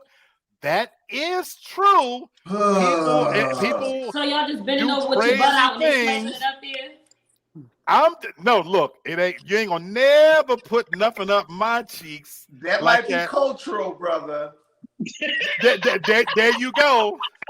I'm just saying, I'm not being funny. That might be cultural. Because you know how we get. Yana, yes, I had never had a problem with your snacks, baby. You know, I drink your bath water. So yours was always good. We never had to go there, you know. Yeah, he was at a wedding. A frat party I could see, but that's a wedding. Stephanie said, how could that be a joke? There is people who joke like that. I've seen it in movies. Women joke at bachelorette parties. I've seen it even in movies, especially at frat parties. They do, when a guy fall out, put makeup on him and maybe put something. I guess I would need to know, but she said a used condom. Was there any deposits in that condom? I want to say it was I used. would only assume because it's used that that's how I'm taking it. Used. It was used. That's what. Yeah, she said a used condom. So I'm taking it as that there was some junk in the trunk. If you know what I mean. There was some protein in there. There you go. I would just see red. Mr. Funk, he said guys can be ass shots to each other. I know what you mean, my brother. Yeah, I know what you mean, bro. But that's just a game. I hope. But it was used. But that's the part that. It was used. But again, I'm with the guy. You gotta lie. You gotta lie and stick to that lie. You can lying on that bathroom floor. And lie some more. I'm just saying. What's this? I said that's right. Hunter say he'll be lying on the bathroom floor. That's right. Because all of that is just plain nasty and disgusting to me. You ain't even be messing around back there by that back door. It's disgusting. Stephanie says a man allowed a used condom in his ass is a joke. Don't think so. Well, Stephanie, if he was drunk, baby, he didn't know, and maybe that's their way of having fun. I'm trying to allow for the possibility that it was a joke. In there, up there, pretty good for it to stay in his butt the whole time. When you took off your underwear, it didn't fall out. Then it didn't fall out until you got in the shower. So it was up in there. It was wedged in there good. But what if his butt was fat and tight? So. You know, you have a lot of women, they got a fat, tight butt. So I can imagine something could be wedged up in there and they can walk around all day. Something was wedged up in there with a condom on. That's the whole thing. I'm just saying, maybe they didn't know. Maybe they could walk around with it, you know, if they got a fat, tight butt. That's trifling. That's trifling. I'm saying, what's that? You know? I'm over this question. Okay. So this next one is, we'll call it frenemies. Frenemies. This is our last one. This is our last one, it's y'all. really quick. My car note was 3 months past due. So I broke into my best friend's house to find something to pawn. While there, her husband came home with a mutual friend and I hid in the attic. They had sex and talked shit about her and discussed their future. Should I tell her? Read that one again for me. Wait, what? I got it. I heard it. My car note was 3 months past due, so I broke into my best friend's house to find something to pawn. While there, her husband came home with a mutual friend and I hid in the attic. They had sex and talked shit about her and discussed their future. Should I tell her? First of all, this lady ain't got no good friends. First of all. So, because that's what I want to understand. What? She broke in her best friend's house Yes. to steal something to pawn. Yes. And is she saying her husband showed up at the best friend's house? No, the best friend's husband came home with another friend. With another friend? Yes. So the one who broke in to steal, she had to hide. So in the midst of her hiding, the best friend's husband and the mutual friend, the other woman he was with, they had sex, talk shit about the best friend who's not there. Poor woman, she ain't got no good people around her.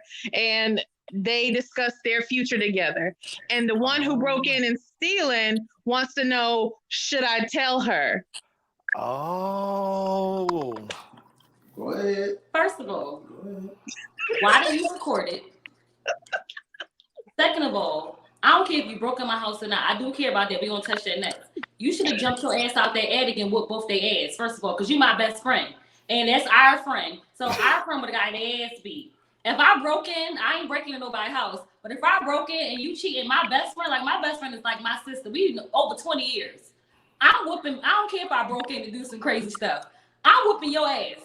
Because at the end of the day, not only is you cheating, first of all, you shouldn't be cheating and then talking trash about your wife. If you're going to cheat, cheat. But don't cheat and talk trash and then bring it into the household. Understandable. Don't judge and don't cheat, because I ain't condone cheating. But don't cheat and then come home with it. And then you want to talk trash in my bed where we probably just had sex or going to have sex later. So she should have, I would have recorded it so I had proof to back it up. I definitely wouldn't have said I was in your attic. I'd have been like, I came knocked on the door and I heard everything. So the door was open because they were so busy having sex and I just walked in and heard everything. Here's the proof. Or you know what? I probably wouldn't have beat they behind. I would have came in with the recorder. So this what we doing? How you get it? Well, you left the door unlocked, so busy cheating. I'm glad you explained, because Mr. Funky dude got because I wonder how that's gonna go. How I went to rob I you, wouldn't have said. but I never wouldn't have said I mind would that. rob you. Your husband is effing around. Second of all, I'm with Tasha. Third of all, I'm with Tasha.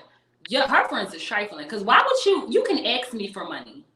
You can say, you know what, I'm behind. First of all, you shouldn't have to go 3 months behind. You could come to me, which I have a problem giving money. No, I'm getting better. I do have a problem loaning money. So that's my problem. Don't look like that. I'm getting better. So you can ask me for money. Do not break in my household and take anything, especially something to pawn, because you don't know what sentimental value that had or anything. For you to come and I work hard for my belongings, so for you to come in my house and take it, they're all trifling. And she should tell her. And if my friend told me, oh sis, I broke in your house because I was behind, your husband's cheating, I'm beating her ass, my husband's ass, the friend who was cheating ass, and I hope they kick your car tomorrow. I'm gonna call them and tell them where it's at. Cause you breaking in my house, I'm gonna call him. Her car is outside, come get it.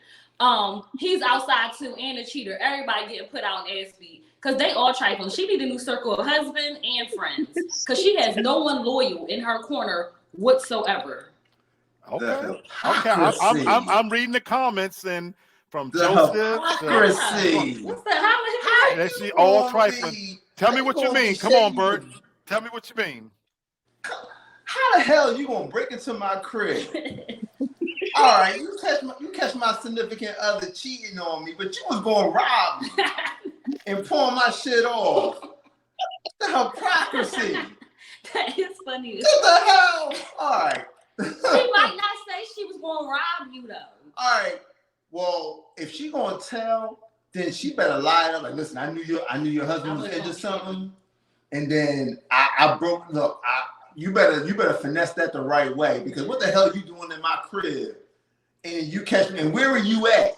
What made you want to break into? Why didn't you tell me that you thought something was going on before you was in my crib? I could have crept up and set some things up to catch this boy. Look, you better keep your goddamn mouth closed. Get what the fuck you gotta get, because I don't know shit. What I don't know won't hurt my goddamn ass. And get your ass up out my damn house and pawn what the hell you gotta pawn. Don't tell me shit, because I'm a question the hell out of you. What type of security they got? Yeah, what the hell going on? Hey. What's up with the locks? Sis, what you say? Sherry don't want to I sleep. think she froze. She don't want to sleep. Did she sleep? No, I can hear her. I heard her say something. She look like she sleep. I think he sleeps. She frozen. Is she? No, Sis. I think she sleep. Oh, okay. No, you might have to. I know. Her eyes are closed. Tasha, what you say? Yeah, she frozen. frozen. Tell Yeah. her. She Frozen. Okay. Sherry, I thought you were asleep. Siri, I knew No. you was asleep. No, somebody was calling me. But listen, let me get my point across. The way me and my people deal. First of all, you right, Hannah. They all trifling. But if I'm hot, I done got in your house and I see our mutual friend.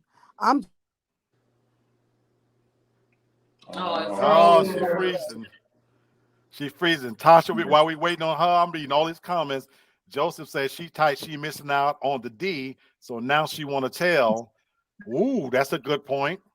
Miss Funk said, "You know what's worse than stealing from your friend? Being stupid enough to admit it." That part. Another good point. Tasha, while we waiting on Sherry to sis, you keep going out. We'll give you another shot. Wait a minute, they keep trying to call me, somebody. But what I'm saying is that I'm gonna jump down and I'm gonna tell her what you doing in our friend house with her man.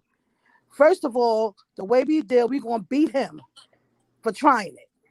And after we beat him, we're gonna tie him up or whatever. Why would the one he's sleeping with beat the man? Because I'm gonna let it be known, if you don't beat him with me, you're gonna get beat right now anyway. So okay. You got to be careful always saying you're gonna beat somebody. They might beat your monkey ass. I wouldn't worry about that, because when I jump down out that attic, trust me, I'm jumping down out of there with a I'm just trying to tell you. I'm jumping. I'm telling you, ain't no more bad people walking around. All bad people in the cemetery. No, you're right. But Freddie, let me tell you, when I jump down out the attic, you already know how I give it up. I'm jumping down with a stick or a bat. So when I jump down with a stick or a bat, I'm whopping her anyway from the gate, because you in there. You careful. In our friend house. Violence begets violence. And I'm gonna tell her, I'm gonna tell her, get up. You know what this is. You know, and we're gonna beat him. I'm gonna have her tying him to a chair, and then I'm gonna call my friend and I'm gonna tell my friend, listen, I broke into your house. I'm trifling too. Okay. But I was gonna rob because I need X, Y, and Z. Whatever. Okay. I'm gonna tell her, this is what's going on at your house. So I suggest you need to get here right now. But you know what? While I'm there, once I got him tied to a chair, I'm going to his pockets because I'm gonna get what I came for anyway. I'm already trifling. Okay. I'm still collecting. Being trifling, so I might as well get what I came for. Okay. So then she come and I let her know what it is. She gonna hate me let's anyway. get ready to rumble. Yeah, she gonna hate me anyway, me and the friend. So it don't matter. So at least I might as well got what I came from. But at least I done beat on her. She helped me beat on him. And I'll see y'all later. I gotta go handle my business what I came there for.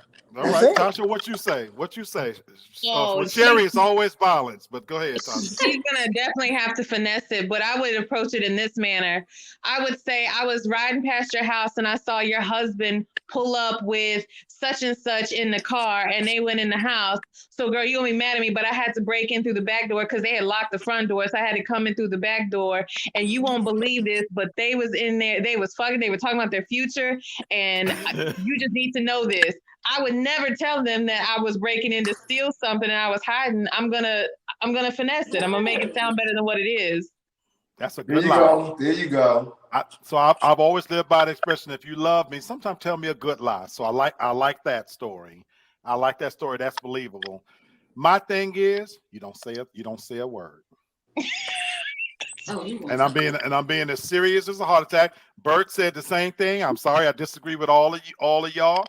You don't say a word. It's been my experience sometimes when you deliver bad news, especially about a person's mate cheating, it ends up coming back to haunt you actually. Because let's assume she believes you and they break up. Now you're directly responsible for the demise of that marriage, and that person in many cases turns on you, even though you had their best interests at heart. Now, if they don't break up, you really ain't friends now, because guess what? You violated, and if he got the good D and could talk his way back in, now you this old trifling ass friend that tried to break us up, and I'm gonna have to let her trifling ass go. So my thing is, in that instance, you don't say nothing. Look, I would kind of finesse, to use your words, scenarios to where maybe the person could find out on their own, ask those like questions. But am I telling? I ain't telling jack shit. I'm keeping my mouth closed.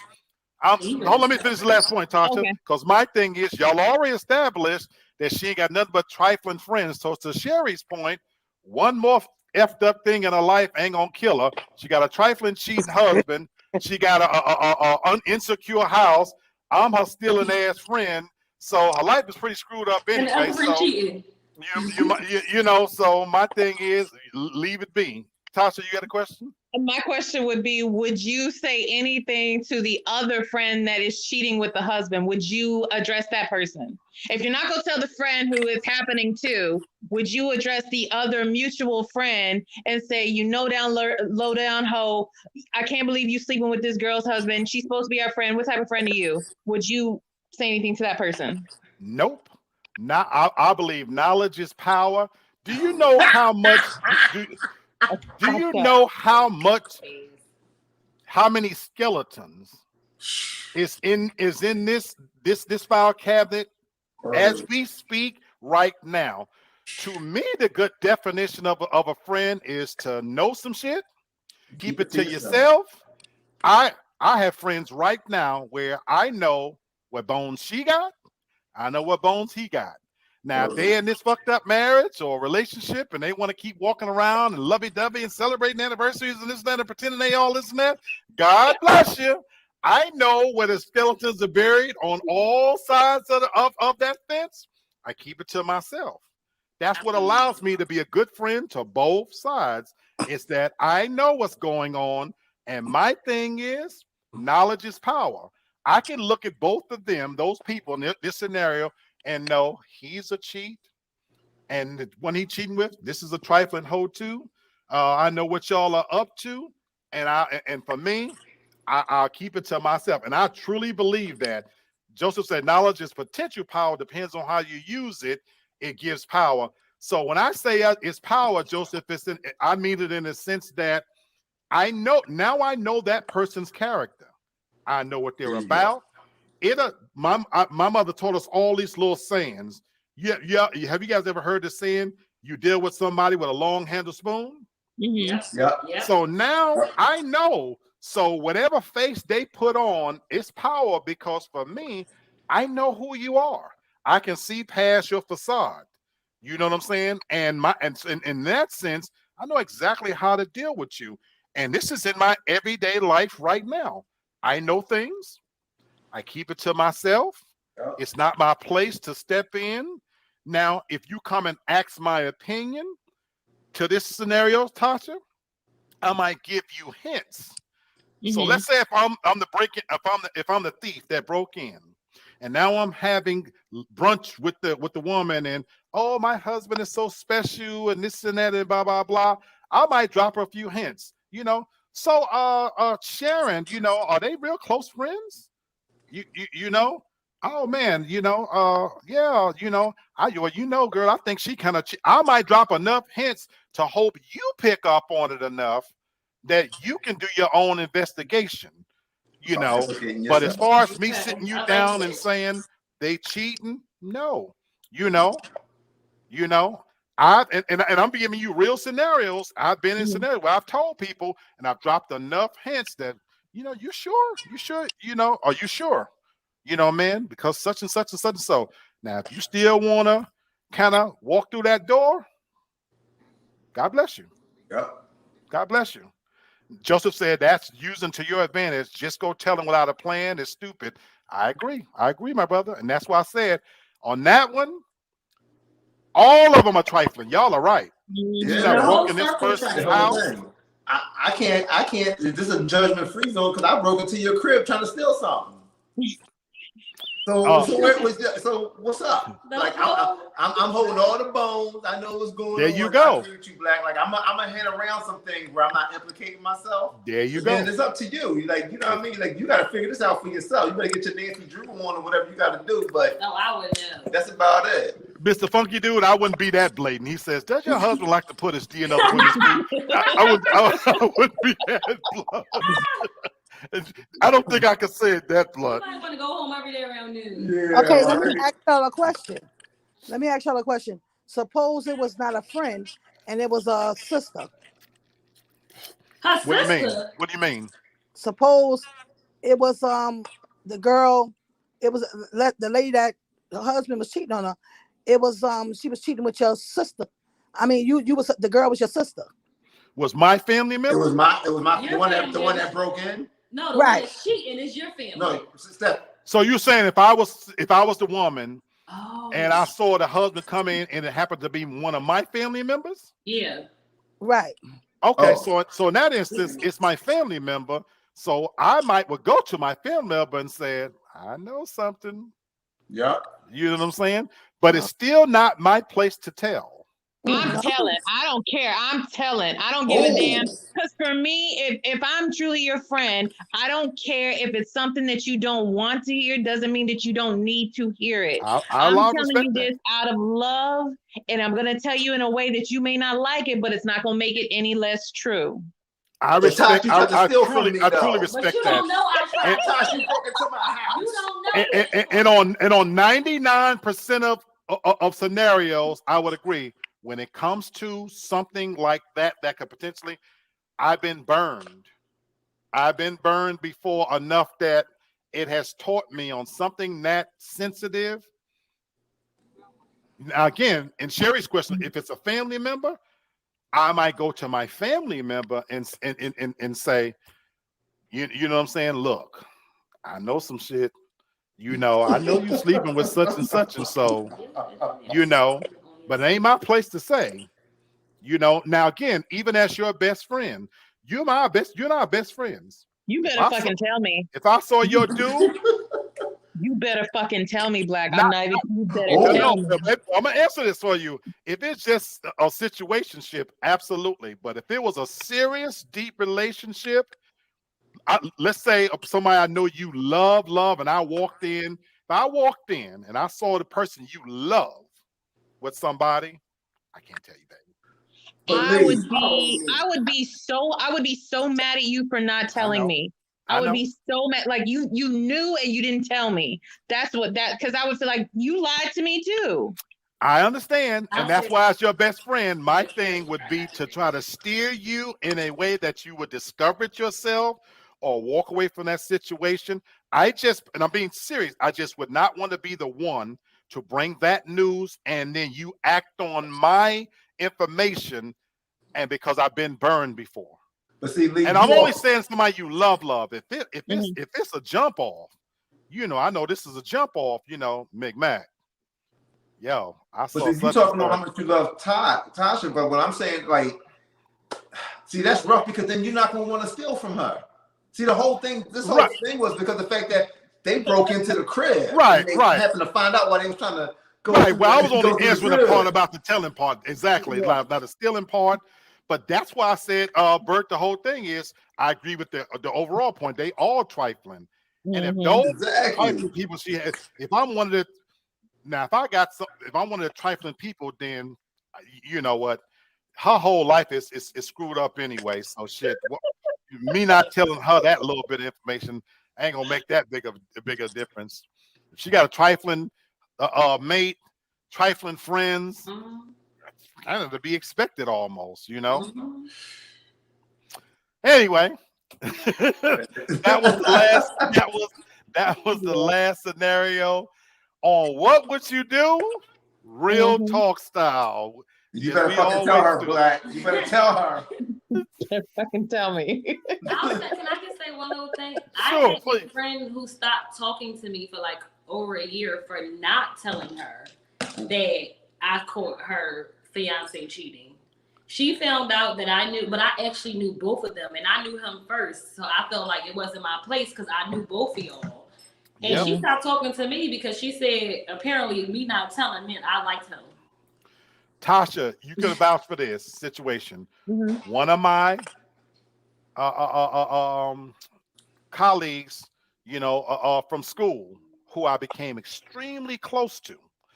Do you remember graduation night? And we had the time of our life when we was graduating. We went and kicked it at a club. We went to the pool place. It was literally one of the best, most fun nights I've ever had. Tasha was there. And what was it, Tasha? The next night we was having an official graduation party. Yep. And at this graduation party, so much went wrong with how it was set up. And I'm talking about me and this person was tight. Like this was like my little sister. I've seen her through her divorce, death and family members of death. children issues, everything. She had a trifling, no good boyfriend.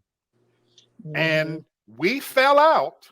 She stopped talking to all of us because she didn't want to hear the bad news about this guy. And we lost a friendship for years. We literally just reestablished contact and somewhat of a friendship. Tasha, how many years ago was that? 2015. 2015. Wow. 2015. I lost a true, valuable friendship because this person didn't want to hear the truth about the guy she was dealing with. And the irony is, just a few months ago, she reached out to me and laid out her regret. So when I say I've been in situations where I've had to learn to, and I said to her, I forgive you, but I thought we were so much more than that. I would have never thought we would have fallen out over, some. So it's just, it's a very, very tough situation. Yeah. It's a tough situation, and in full disclosure, while I got you on, Tasha, I probably would tell you, just so you know, because of who you are. I've often said Tasha's like a guy. She processes information like a guy. So I probably would tell her because of the way she processes information. Our friendship, the way it started, I've said from the beginning, Tasha's like a guy. And so I can't believe she would hold it against me. So I probably would tell her. But in normal circumstances, I've seen where my female friends, good friends, it has worked against me. You know what I'm saying? But I do believe I could say to Tasha, Mac, look, you ain't gonna like what I'm about to tell you, but I saw such and such, look, sweetheart, this dude ain't shit, blah, blah, blah, blah, blah.